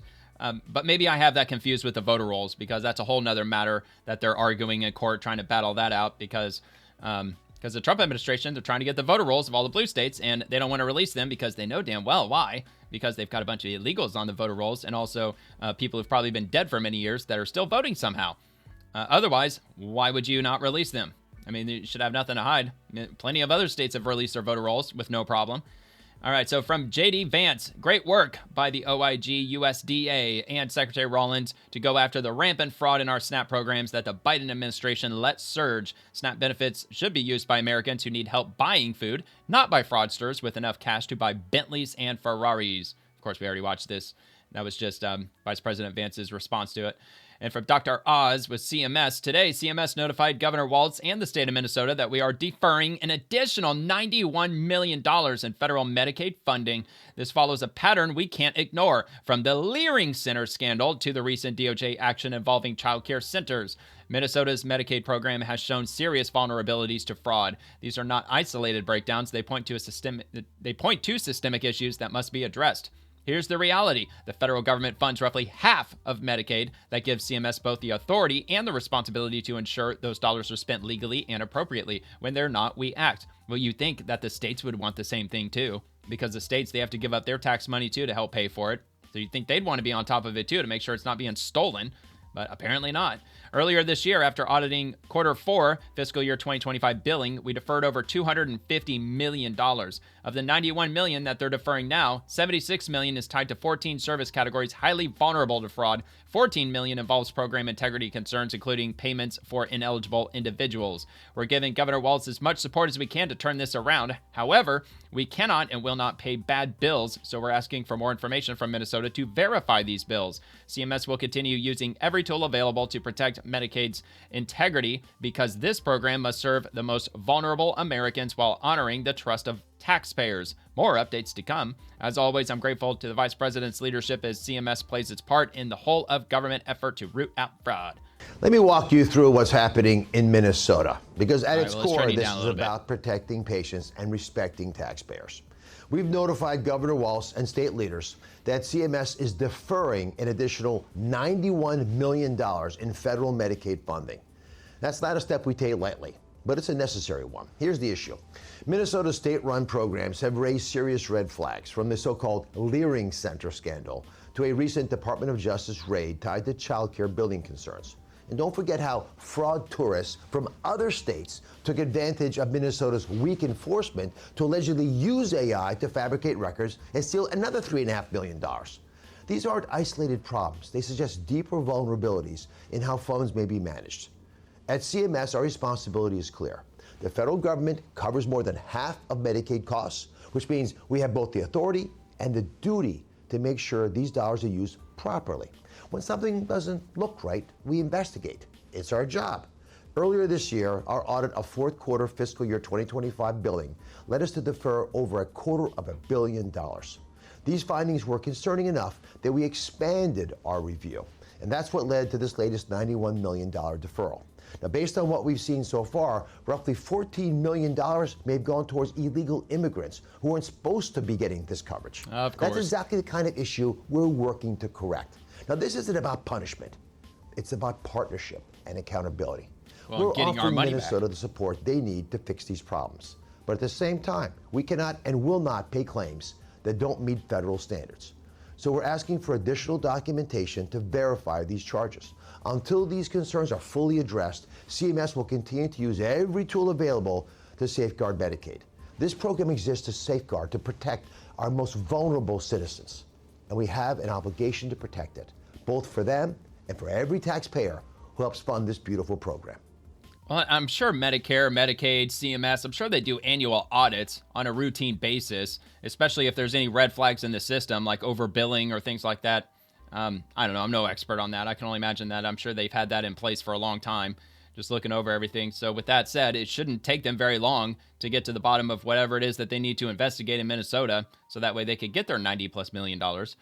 From J.D. Vance, this builds upon the $250 million in Medicaid deferments to Minnesota that Dr. Oz and I announced at the very beginning of our war on fraud efforts. Proud of the work our task force and CMS continue to do.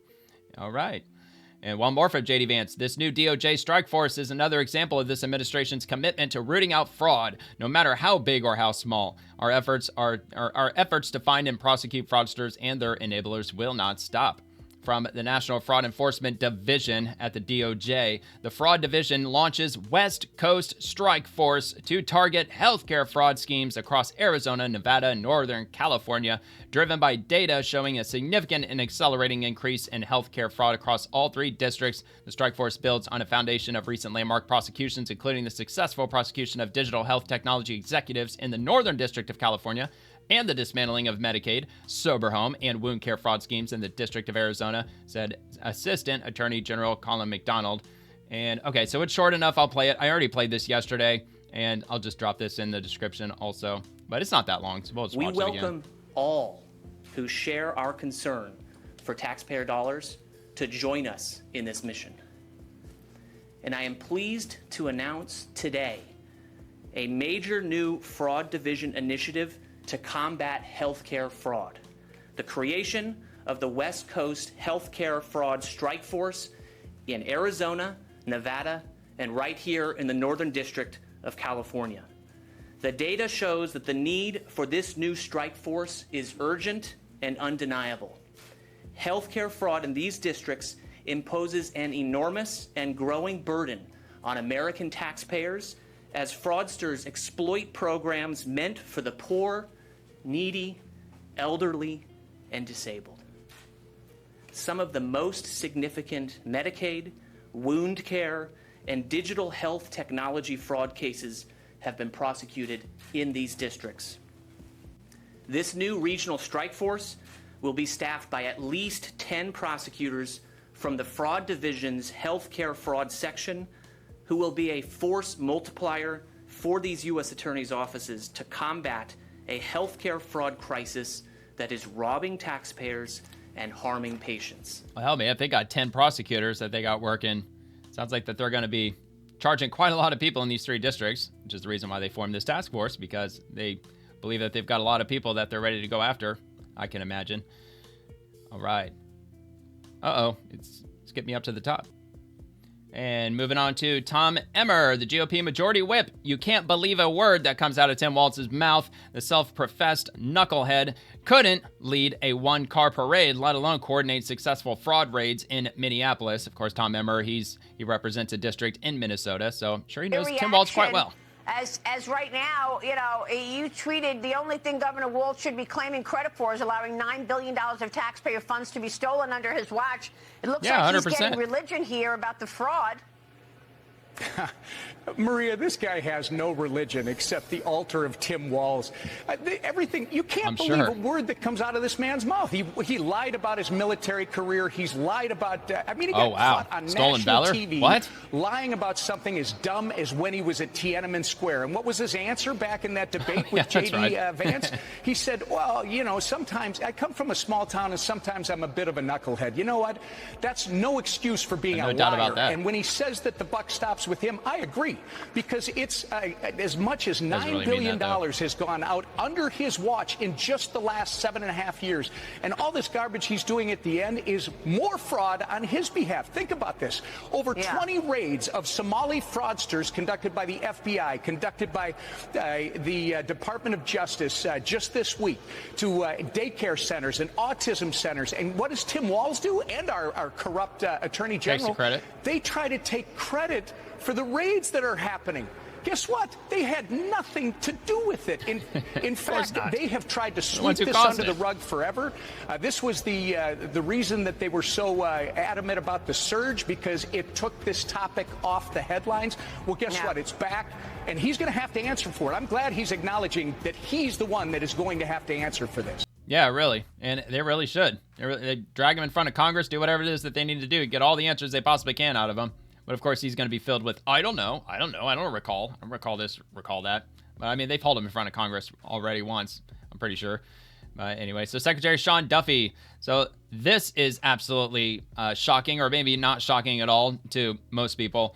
If you're following the whole train to nowhere in California, the high-speed train, they've upped the expected cost from $135 billion to $231 billion.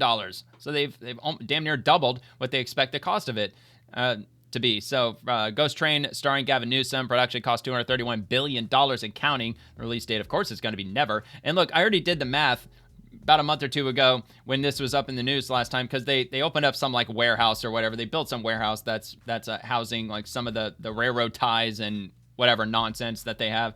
And Governor Newsom showed up to, I don't know, like commission the building or something stupid. And that's when they reminded everyone that's going to cost about $135 billion. And by breaking it down, if they were to charge I think it was $100 a ticket. And if, you know what, scratch that. They would have to sell 1.3 billion tickets if they sold them at $100 per train ticket, at $135 billion in its cost to build the whole thing. But now that it's up to $231 billion, they would have to sell over 2.3 billion tickets just to pay for it. And that doesn't include the staffing, the maintenance, and all that other nonsense that they have to put into it. Also the electrical costs, because I think the high-speed train, I'm assuming it's going to be an electric train or what have you. In 2008, California was given a promise, a high-speed rail from Los Angeles to San Francisco. But something strange happened. The money started burning.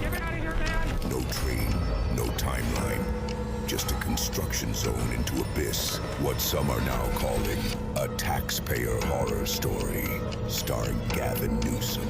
How long can the boondoggle keep going? Yeah, no shit. Well, I think they're probably banking on just Democrats taking over everything, and then they'll just have the federal government just pay for all of it. $231 billion worth. Well, California's population is roughly 40 million people. It's like 39.5 million people. So if you break that down, it's $5,750 per person. Every man, woman, and child that lives in California, that's how much they'd be on the hook for if the state of California, the people that live there individually would have to pay for this entire project. I don't think this is ever going to happen. I cannot believe that they're actually even still talking about it and ballooning the cost all the way up to $231 billion freaking dollars. So we've got this from the New York Post. Looks like they're going to go into some more detail on this.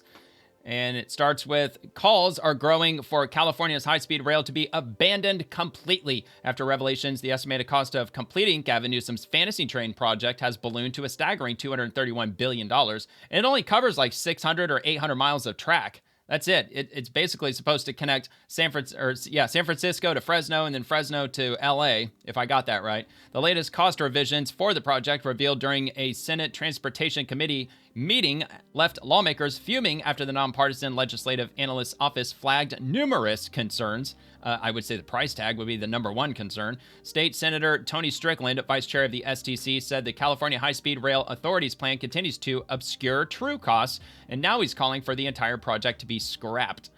This is despite the project having already burned through a cool $14 billion in taxpayers' cash, mostly on land acquisition and construction in the Central Valley.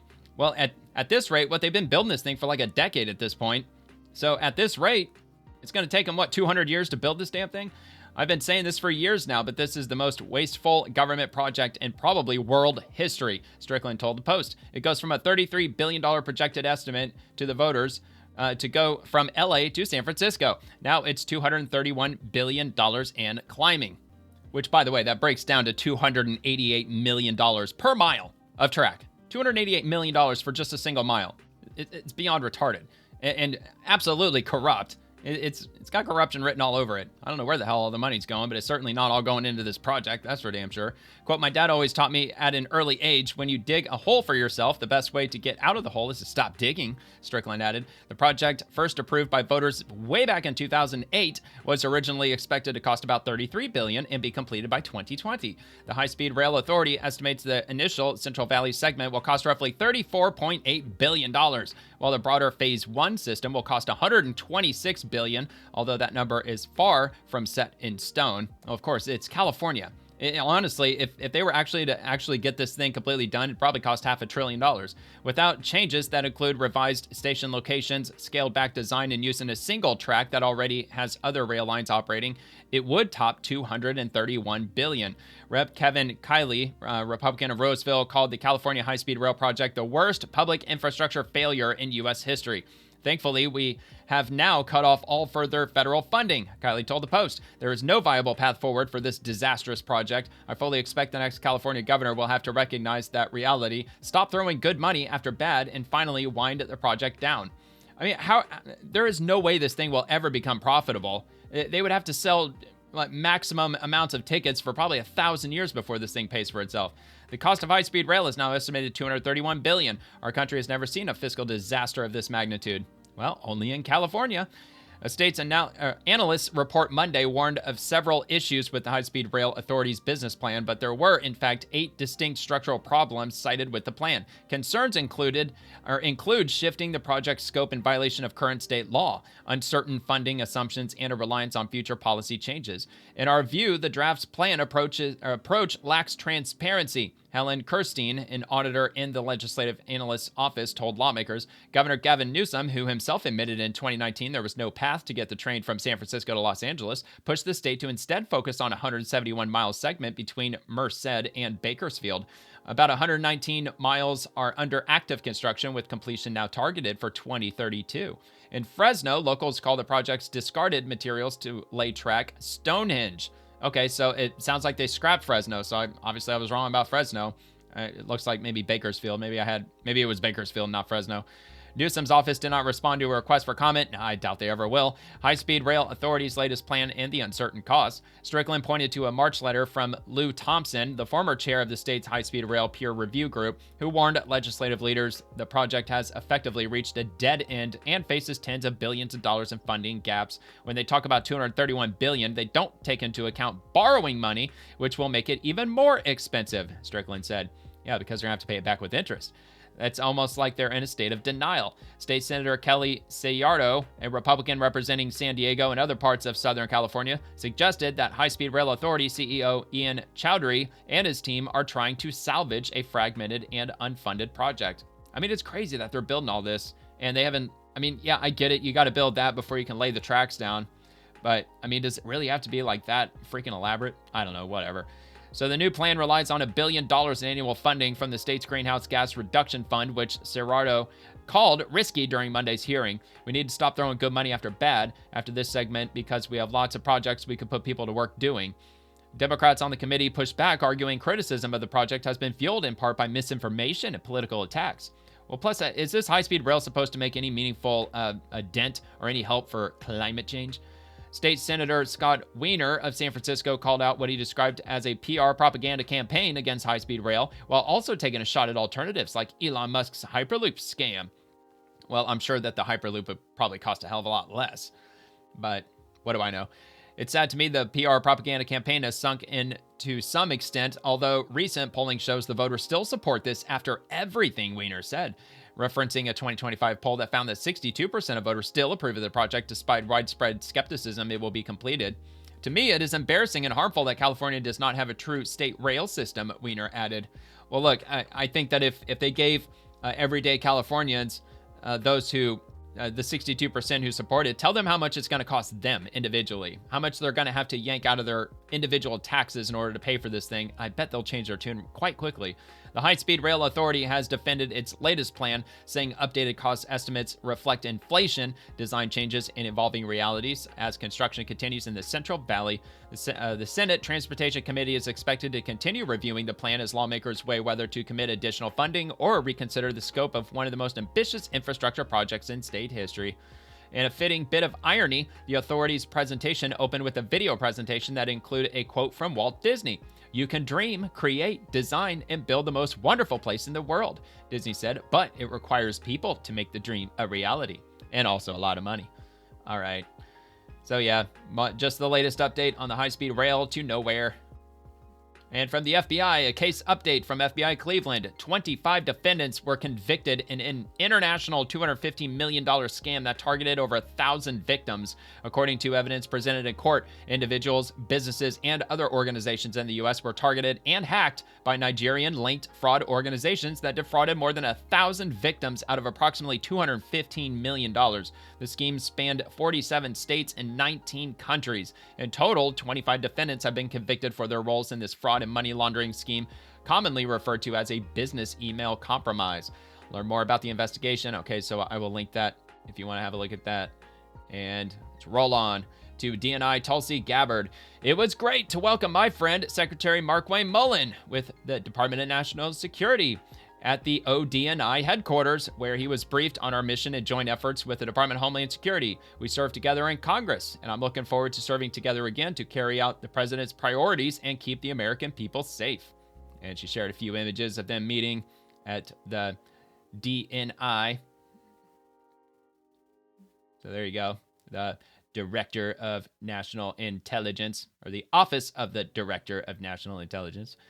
Bill Malugan. New, I'm told by federal sources that a Dominican illegal alien with a deportation order and an Interpol Red Notice arrest warrant for murder in his home country was just ordered released from ICE custody on Tuesday by Rhode Island federal judge Melissa DuBose, a Biden appointee. I'm told that international fugitive Brian Rafael Gomez was arrested by ICE in Boston, or he was arrested by ICE Boston in Worcester, Massachusetts on April the 4th, and he has been detained in a facility in Rhode Island where he was issued a deportation order on April 28th by an immigration judge. On Tuesday, I'm told Judge DuBose ordered Gomez to be released from ICE custody on the grounds of continuous unlawful detention, while ICE argued that Gomez was subject to mandatory detention due to having an international arrest warrant for homicide. I'm told Gomez was released. He's now roaming freely again, and ICE can't rearrest him due to Judge DuBose's order. He was caught and released at the southern border by the Biden administration in 2022. And let's see. So he's got a statement from DHS to Fox News confirming the details. Brian Rafael Gomez is a criminal illegal alien from the Dominican Republic with an international warrant for homicide, said Acting Assistant Secretary Lauren Biz. An activist judge appointed by Joe Biden released this wanted murderer back into American communities. This is yet another example of an activist judge trying to thwart President Trump's mandate from the American people to remove criminal illegal aliens from our communities. Under President Trump and Secretary Mullen, DHS will continue to fight for the removal of criminal illegal aliens who have no right to be in our country. Gomez entered the U.S. illegally in 2022 and was encountered by U.S. Border Patrol near Lukeville, Arizona. He was then released by the Biden administration. And they've got more info there, and I'll repost this whole thing. Looks like he does have an update. Oh my God, dude, this is so long. Let's see. I'll just read the first paragraph and let's see what this update is. So Fox News obtained Judge Dubos's order to release this alleged illegal alien murderer from ICE custody. Not only did she grant his habeas petition, she ordered ICE to set minimal release conditions on him, then ordered that he get a bond hearing after he's released. She also justified her order by citing Mendez versus Hyde, which dealt with an asylum seeker arrested at his court check-in, unlike Gomez, who is wanted for murder in his own country and was arrested for a violent crime in Massachusetts. And then they have the order in text there. But anyway, what I wanted to get to was this. Grok, can you provide other examples of judges releasing this type of person in the U.S.? So basically somebody who committed a crime in their home country and then they were released after they were arrested here. So here's one recent example. In February of 2026, an Obama-appointed judge, John de Gravales, in Louisiana, ordered the release of 4 criminal illegal aliens from ICE custody.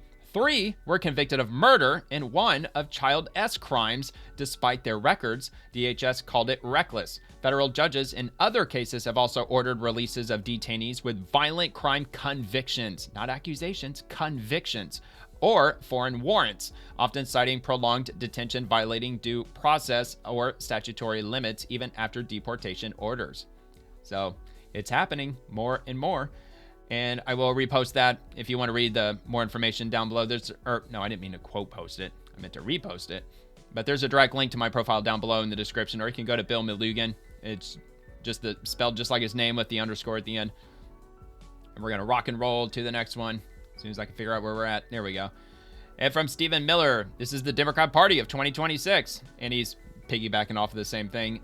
From Guy Benson, he says it's simply insane that anyone, let alone a judge, would support the release of an illegal immigrant with a standing deportation order and a foreign murder warrant lodged against him by the Dominican Republic. They have a warrant for murder against this guy, and they just let him out.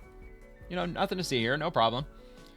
And from Eric Doherty, just in, outrage is erupting after an El Salvador illegal alien was arrested for kidnapping and assaulting a 12-year-old girl in Maryland. He tried kissing her and demanded she not say anything about it. He's been working as a rideshare driver. Deport this trash. Quote, police say he also gained her confidence by telling her he sees her at church. According to court documents, the suspect drove to a park and near a cemetery, then stopped with the victim in the back seat. The victim told police the suspect reclined in his seat, asking her if she knew how to box or if she could teach him how to fight. She asked the suspect she said the suspect inappropriately touched her, then climbed in the back seat, asking her in Spanish if she had a boyfriend or had her first kiss. He then asked if he could kiss her. She became uncomfortable and then cursed at him. And we've got a video clip here from local news. 34-year-old Oscar Argueta is from El Salvador. He's lived in Cockeysville with his wife and 2 children for the past 3 years. Court records show for the past 3 months, he's been working as a rideshare driver. It is scary. It is scary. Because you have no weapons. What do you do to protect yourself? Argueta don't vote Democrat. You can start there. Degree assault charges and the abduction of the a ones releasing all 12-year-old these girl people. Thursday morning in Cockeysville. Charging documents show he spotted the young girl walking near this intersection. According to police, he told her he was a friend of her uncle's and was sent to drive her to school. Police say he also gained her confidence by telling her he sees her at church. According to court documents, the suspect drove to a park and near a cemetery, then stopped with the victim in the back seat. The victim told police the suspect reclined in his seat, asking her if she knew how to box or if she could teach him how to fight. She said the suspect inappropriately touched her, then climbed into the back seat, asking her in Spanish if she had a boyfriend or had her first kiss. He then asked if he could kiss her. She became uncomfortable and cursed at him. He drove her to school and kissed her hand, also telling her not to tell anyone what happened. Was she crying when she got back to the school? Probably. So there must be more than just scary. School officials sent a note to parents advising them of what happened. They say the victim is receiving appropriate services and support. They also provided 15 safety tips, and you can see the letter on the WBAL TV app. Reporting from District Court in Towson, David Collins, WBAL. All right, well, apparently don't take Uber anymore. Don't put your kids in ride-sharing vehicles anymore, apparently, because that's going to be one of the takeaways from parents, that you can't trust ride-share services anymore. I mean, point blank. I don't know. I'm assuming that whichever ride-sharing company it was, I'm honestly not sure if they did say Uber or not. I don't think they did they? I think, no, just a ride-share driver, which, of course, I'm sure they're saying that just to try to protect that company, because, you know, like the company can't fully control who they are, but are they doing background checks on these people? But maybe he didn't. Maybe he didn't have anything in his history, although he is an illegal alien. So there's that. So I thought these ride-sharing companies were not employing illegal immigrants. I thought they weren't supposed to be doing that. All right, so Catherine Clark, House Democrats are standing shoulder to shoulder with the labor movement as we fight back against Trump's anti-worker agenda. This May Day, I asked a few of my friends what solidarity means to them. So let's have a look at this fun video. Happy International Workers' Day. While Don you can't make this shit up. So they're going to celebrate International Workers' Day by not working at all. We're all going to call into work. We're not going to patronize any businesses. We're going to yank all of our kids out of school, and we're not going to do a damn thing on International Workers' Day. Trump continues with his Democrat anti-worker Party agenda. Organized labor is pushing back harder than ever. On this May Day, I've asked a few of my friends, what does solidarity mean to you? Solidarity is a force stronger than gravity. It lifts To the us Democrats, up. communism. Working classes are the only majority in this country, and if we stick together, there's nothing we can't accomplish. Solidarity is an action word. It's not just talking about being in solidarity and supporting one another, but it's the act of actually doing it, of looking your sister, your brother, your sibling in the eye and saying, I got your back, and proving it. Of saying what you love, I love, what matters to you matters to me, that we're going to ride and we're going to ride together. Well, yeah, that's called family values. Solidarity is the fundamental recognition that we are all connected and count on each other. And it's a commitment we make over and over to protect each other's humanity and dignity and lift each other up. Solidarity is how we win. Happy May Day. Yay! Communism! Oh, wait, sorry. Solidarity! That's what I meant to say. Solidarity. So what anti-worker agenda is President Trump promoting? Because that's what she said in her post. So let's get a little bit of info on this. So President Trump's policies focus on deregulation to grow businesses and jobs and skills apprenticeship programs and accountability reforms like reclassifying some federal policy roles for easier removal, schedule policy, career, so on. Critics from labor unions and Democrats call these anti-worker, citing revived joint employer rules and limits on federal collective bargaining and security agencies and rollbacks of Biden-era regulations. The White House frames them as pro-worker by prioritizing economic strength and merit over bureaucracy. It's partisan framing, no explicit agenda harming private wages or safety. Not by the Trump administration. All right, one more. Okay. From Nick's order, just in, President Trump just slapped a 25% tariff on all European cars coming into the United States, accusing the European Union of violating the terms of their trade deal. It is fully understood and agreed that if they produce cars and trucks in the USA plants, there will be no tariff. Many automobiles and truck plants are currently under construction, with over $100 billion being invested, a record in the history of car and truck manufacturing. These plants, staffed with American workers, will be opening soon. And let's give a quick look at this. It's only 10 seconds.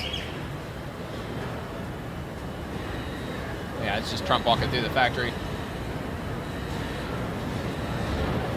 All right, and just to read this, I'm pleased to announce that based on the fact the European Union is not complying with our fully agreed to trade deal, next week I will be increasing tariffs charged to the European Union for cars and trucks coming into the U.S.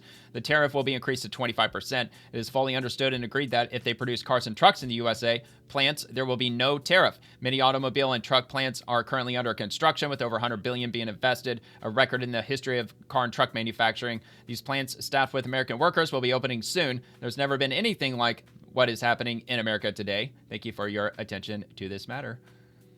And rolling on to breaking number one, breaking Google co-founder Sergey Brin has shifted from calling Trump's 2016 win deeply offensive to supporting Trump-endorsed candidates and likening California's liberal policies to socialism in the Soviet Union. And Sergey Brin's secretive life with influencer after ditching California. This is on the California Post. Let's take a look at this. All right, so the first part of the article, it looks like it's just talking about how he moved out of California and he bought this sprawling property on the edge of Lake Tahoe. Lake Tahoe just beyond California's tax reach, which is funny, but apparently his girlfriend, she's a Trump supporter, and she's pictured right there with President Trump. And according to the article, they believe that she influenced him in his newfound political stance on things. Let's see. So here, let me get to where they get into that a little bit. Let's see. Okay, so back in the day, in 2008, he supported same-sex marriage efforts in California, and he contributed to Barack Obama's re-election campaign in 2012. In 2010, he donated $200,000 to oppose suspending air pollution laws, and in 2006, he gave $1 million to help California Oil for research on alternative energies. After Donald Trump won the presidency in 2016, he reportedly described the result as deeply offensive during remarks to Google staff. And he also took part in protests opposing the administration's travel ban on several Muslim-majority nations, according to the New York Times. In 2021, he quietly established a nonprofit organization that directed at least $88 million toward climate and environmental causes, further cementing his reputation as a prominent liberal figure in Silicon Valley. However, in recent years, that political alignment appears to have shifted. This is a guy who is not a hobbyist. Marty Wilson of the California Chamber of Commerce told New York Times he's very serious, and this isn't just some hobby for him. He's going to play big time.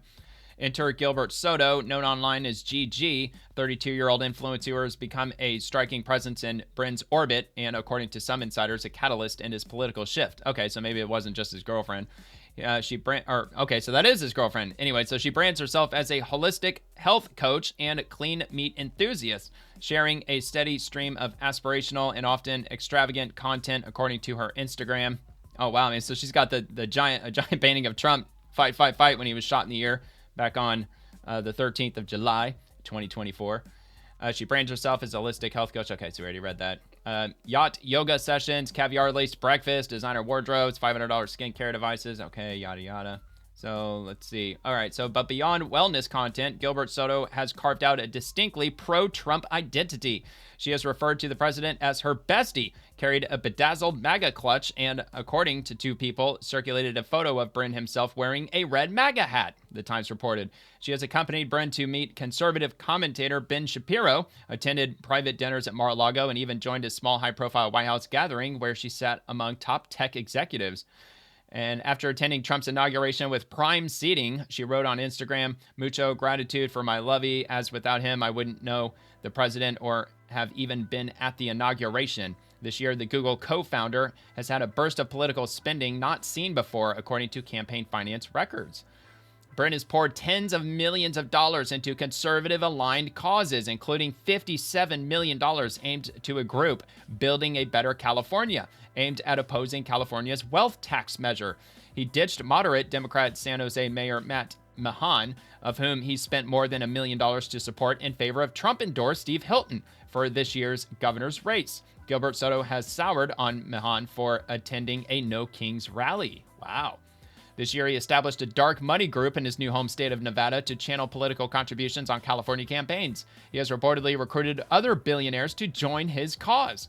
In a statement to the Times, Brin said, "I fled socialism with my family in 1979 and know the devastating oppressive society it created in the Soviet Union. I don't want California to end up in the same place." Well, it's certainly heading there. In a resurfaced interview back in December, Brin provided more context for his new political leanings.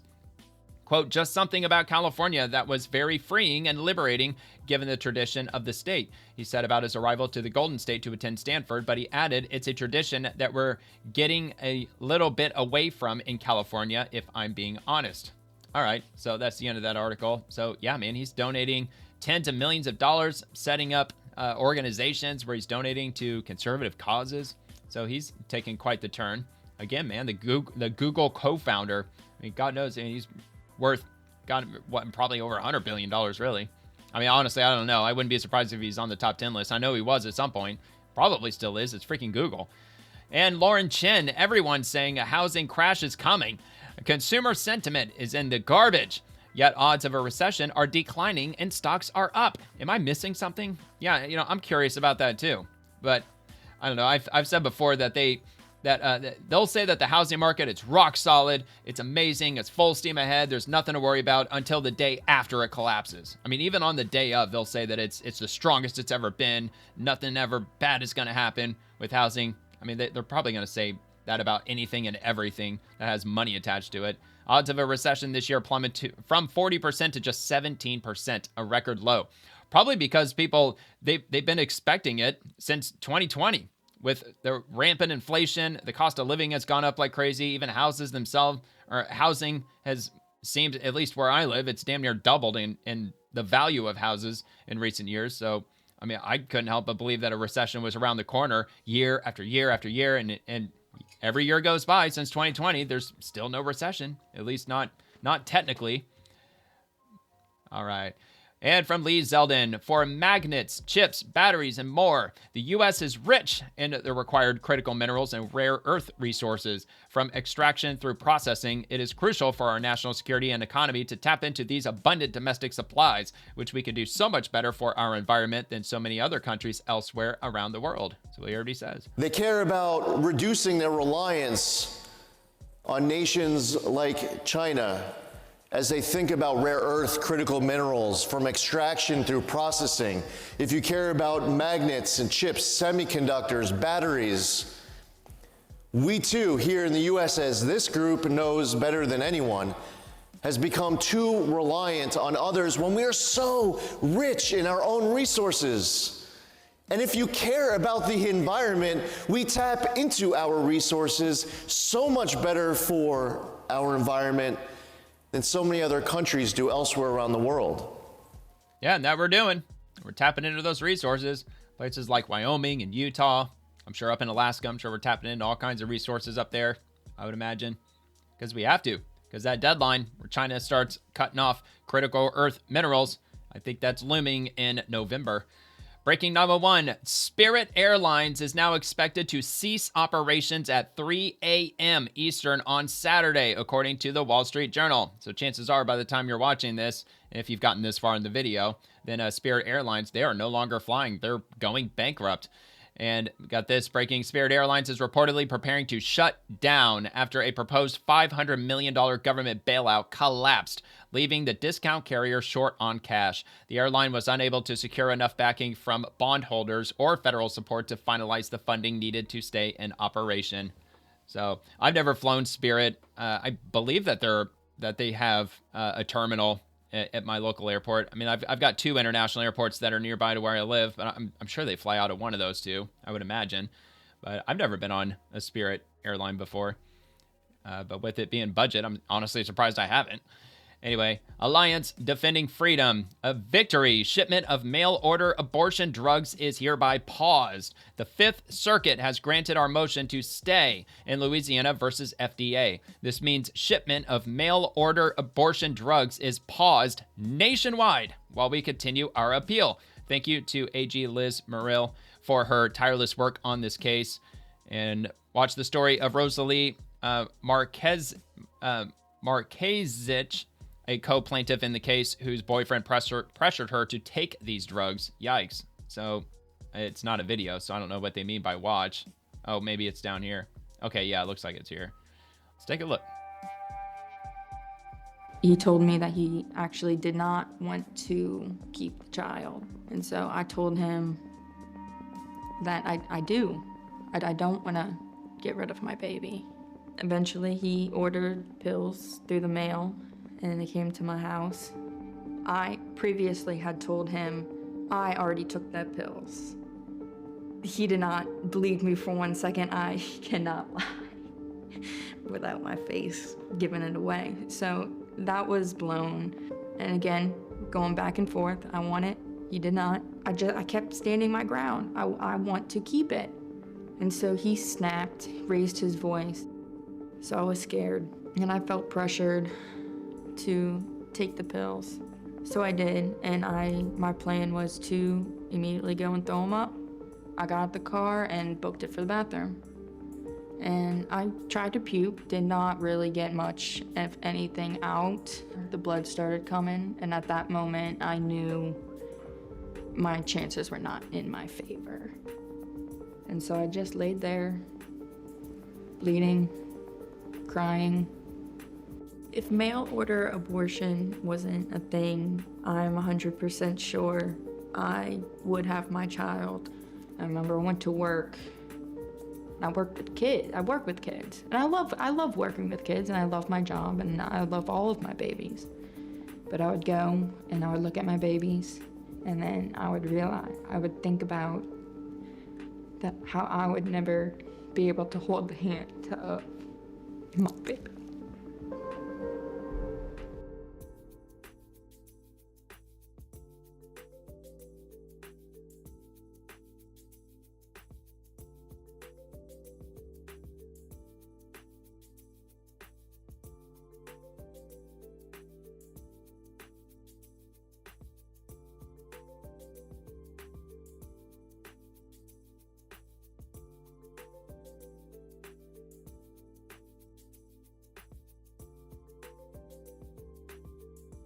Shit, I'm sorry. I was muted.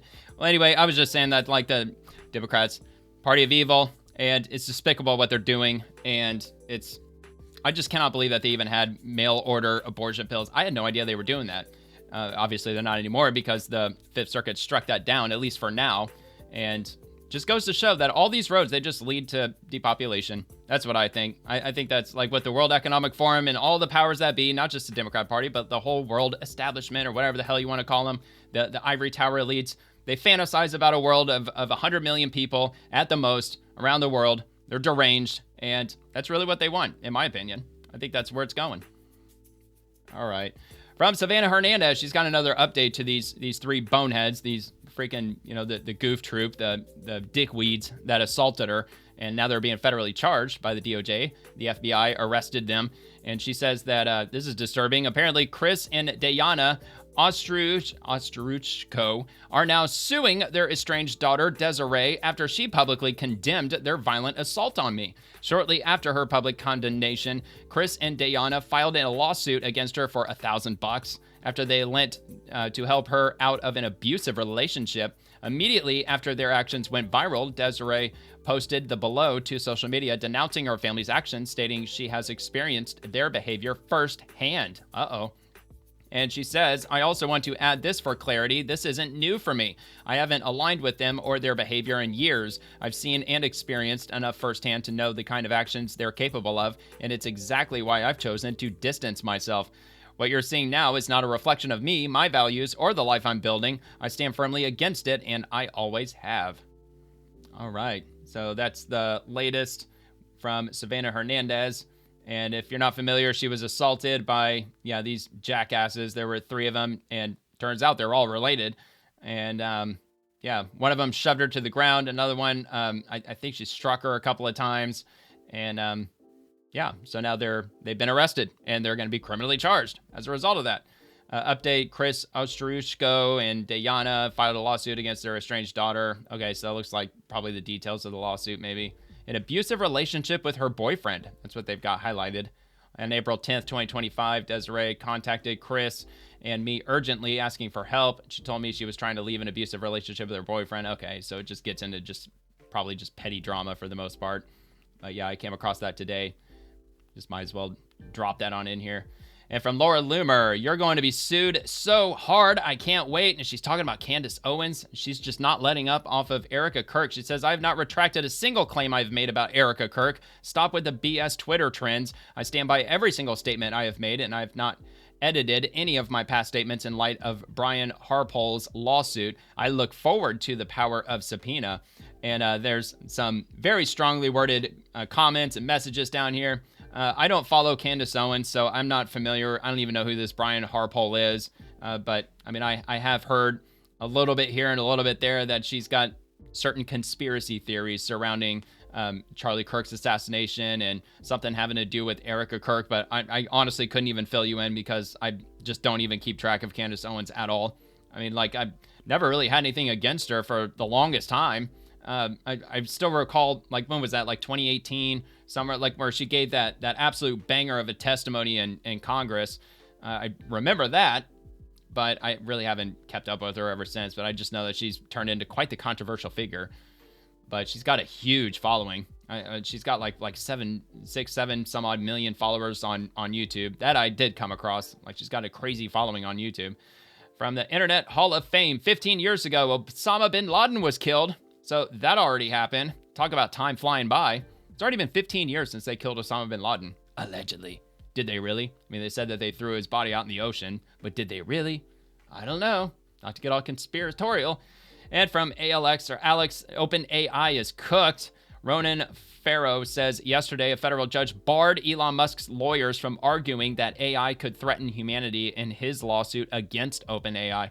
OpenAI was founded as a nonprofit focused on developing AI safely, but our recent New Yorker investigation documented how some researchers at the company have raised concerns about safety being sidelined. Correct me if I'm wrong, but didn't Elon Musk personally fund and start OpenAI? I think that he was the brainchild of OpenAI, that Elon Musk himself started it. He collected a bunch of wizards and geniuses together to create OpenAI, and the name It's exactly what it's supposed to be. It's supposed to be open source AI for the whole world. That it wasn't supposed to cost anything. And if I remember right, they ended up kicking Elon Musk out of the board or whatever it was. And as soon as they got Elon Musk out of the way, they immediately started charging for it. So it's like, what the hell? All right, so we got this. OpenAI's founders established it as a nonprofit focused on the safe development of AI, with Elon which Musk they involved. argued was the most powerful and potentially dangerous invention in human history. As Sam Altman emailed fellow co-founder Elon Musk, safety would have to be a, quote, first-class requirement. But our new investigation into Altman, which you can read over at The New Yorker, shows what former researcher apparently this dude's a Carol full-on Wainwright sociopath. described as a, quote, continual apparently a slide scammer, towards allegedly. emphasizing products over safety. Here's what that looks like. OpenAI once pledged 20% of its computing power to a so-called super alignment team, focused on keeping powerful AI from falling out of alignment with human values. Yeah, okay. But people who worked on or closely with the team said that of the promised 20%, they actually got 1 to 2%. Probably not Most even of that, one researcher said, was on, quote, the oldest cluster with the worst chips. Oh, of course. Less than a year after it was announced, the team was dissolved without completing its mission. Soon afterward, the company's AGI readiness team, tasked with preparing society for the shock of advanced AI, was also shuttered. Of course it In one was. email we disclose, a top safety leader at the company, Jan Leike, told members of the board, quote, OpenAI has been going off the rails on its mission. We are prioritizing the product and revenue above all else, followed of course by they are. AI capabilities, research and scaling, with alignment and safety coming third. When the company was asked on its most recent IRS disclosure form to briefly describe its most significant activities, the concept of safety, which was in that section in previous forms, wasn't listed. In one interview, Altman told us, quote, my vibes don't match a lot of the traditional AI safety stuff. He and the company defend their emphasis on safety, but Altman can be vague, telling us, quote, we still will run safety projects, or at least safety-adjacent projects. And when we asked to interview researchers working on existential Spoken safety, like a true the kind of leftist. issues Altman himself once warned could mean lights out for all of us, his words. An OpenAI representative said, quote, what do you mean by existential safety? That's not like a thing. The risks haven't gone away. AI is powering weaponry in war zones, with at least one case where it seems like a drone went rogue without oversight. It can quickly identify chemical warfare agents.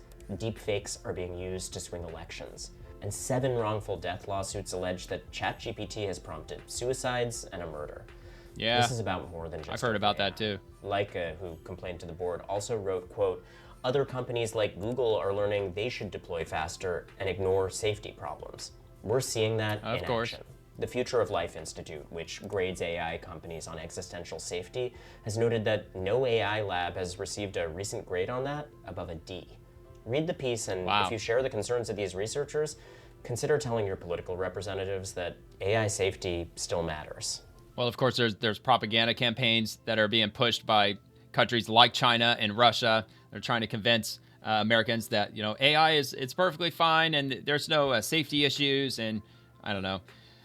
It's not good, but it seems like the future of OpenAI looks quite a bit bleak. Apparently, they're in crazy amounts of debt, or they're over leveraged, or they've I don't know if they've already spent all the money that they have. They probably haven't spent all of it, but I know they've been building out like crazy.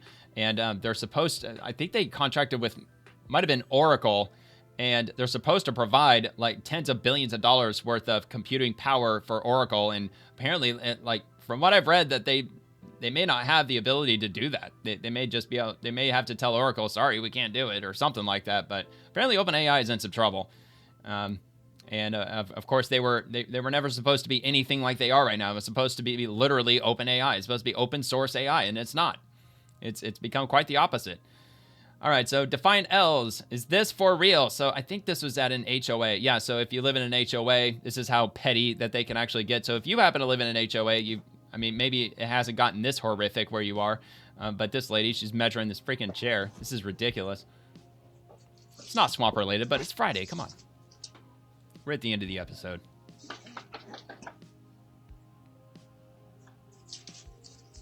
So retarded. Another Karen with a power trip.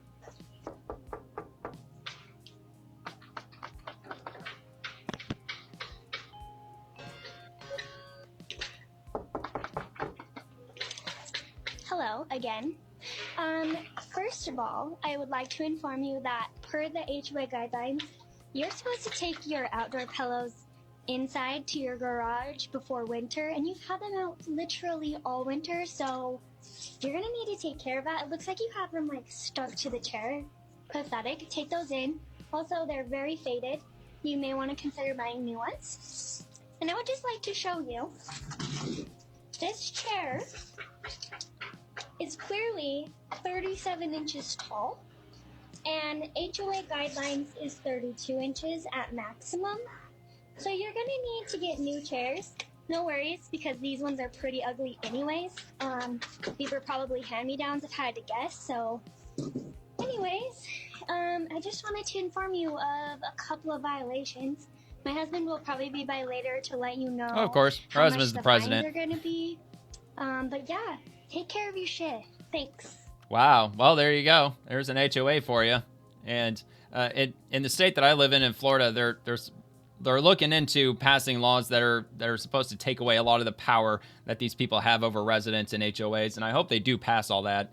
That would allow a much easier ability for residents of HOAs to completely dissolve the HOA. Like they don't have to get some like overwhelming majority to dissolve it. Like apparently it would create a much more a much easier process to do that. But yeah, man, like there is no way in hell I would ever live in an HOA. And I've just seen too many horror stories online. I mean, there was some point like a couple of years back that I got hooked on for a period of time watching like all these HOA horror stories, like board meetings and everything. And it just gets absolutely nuts. I just don't understand how people put up with it. And this is the last thing I'm going to finish off on, firearm videos. And we'll take a look at this. What to buy or what to do.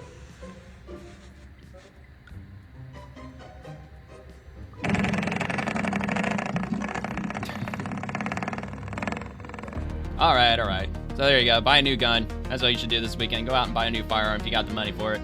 Now, that's the takeaway I guess I'll have for this episode. But anyway, if you enjoyed tonight's episode, please like the video and subscribe to the channel. And I will be back on Monday night as we explore the swamp Monday through Friday and everyone in it, the politicians, bureaucrats, the agencies, the administration. And also, I usually post on X, which is where you can peek at some of the content for the next episode. And don't forget the video clips from tonight will begin dropping on the channel tomorrow morning. Thank you very much for watching. Always remember to stay positive. God bless the troops and God bless America.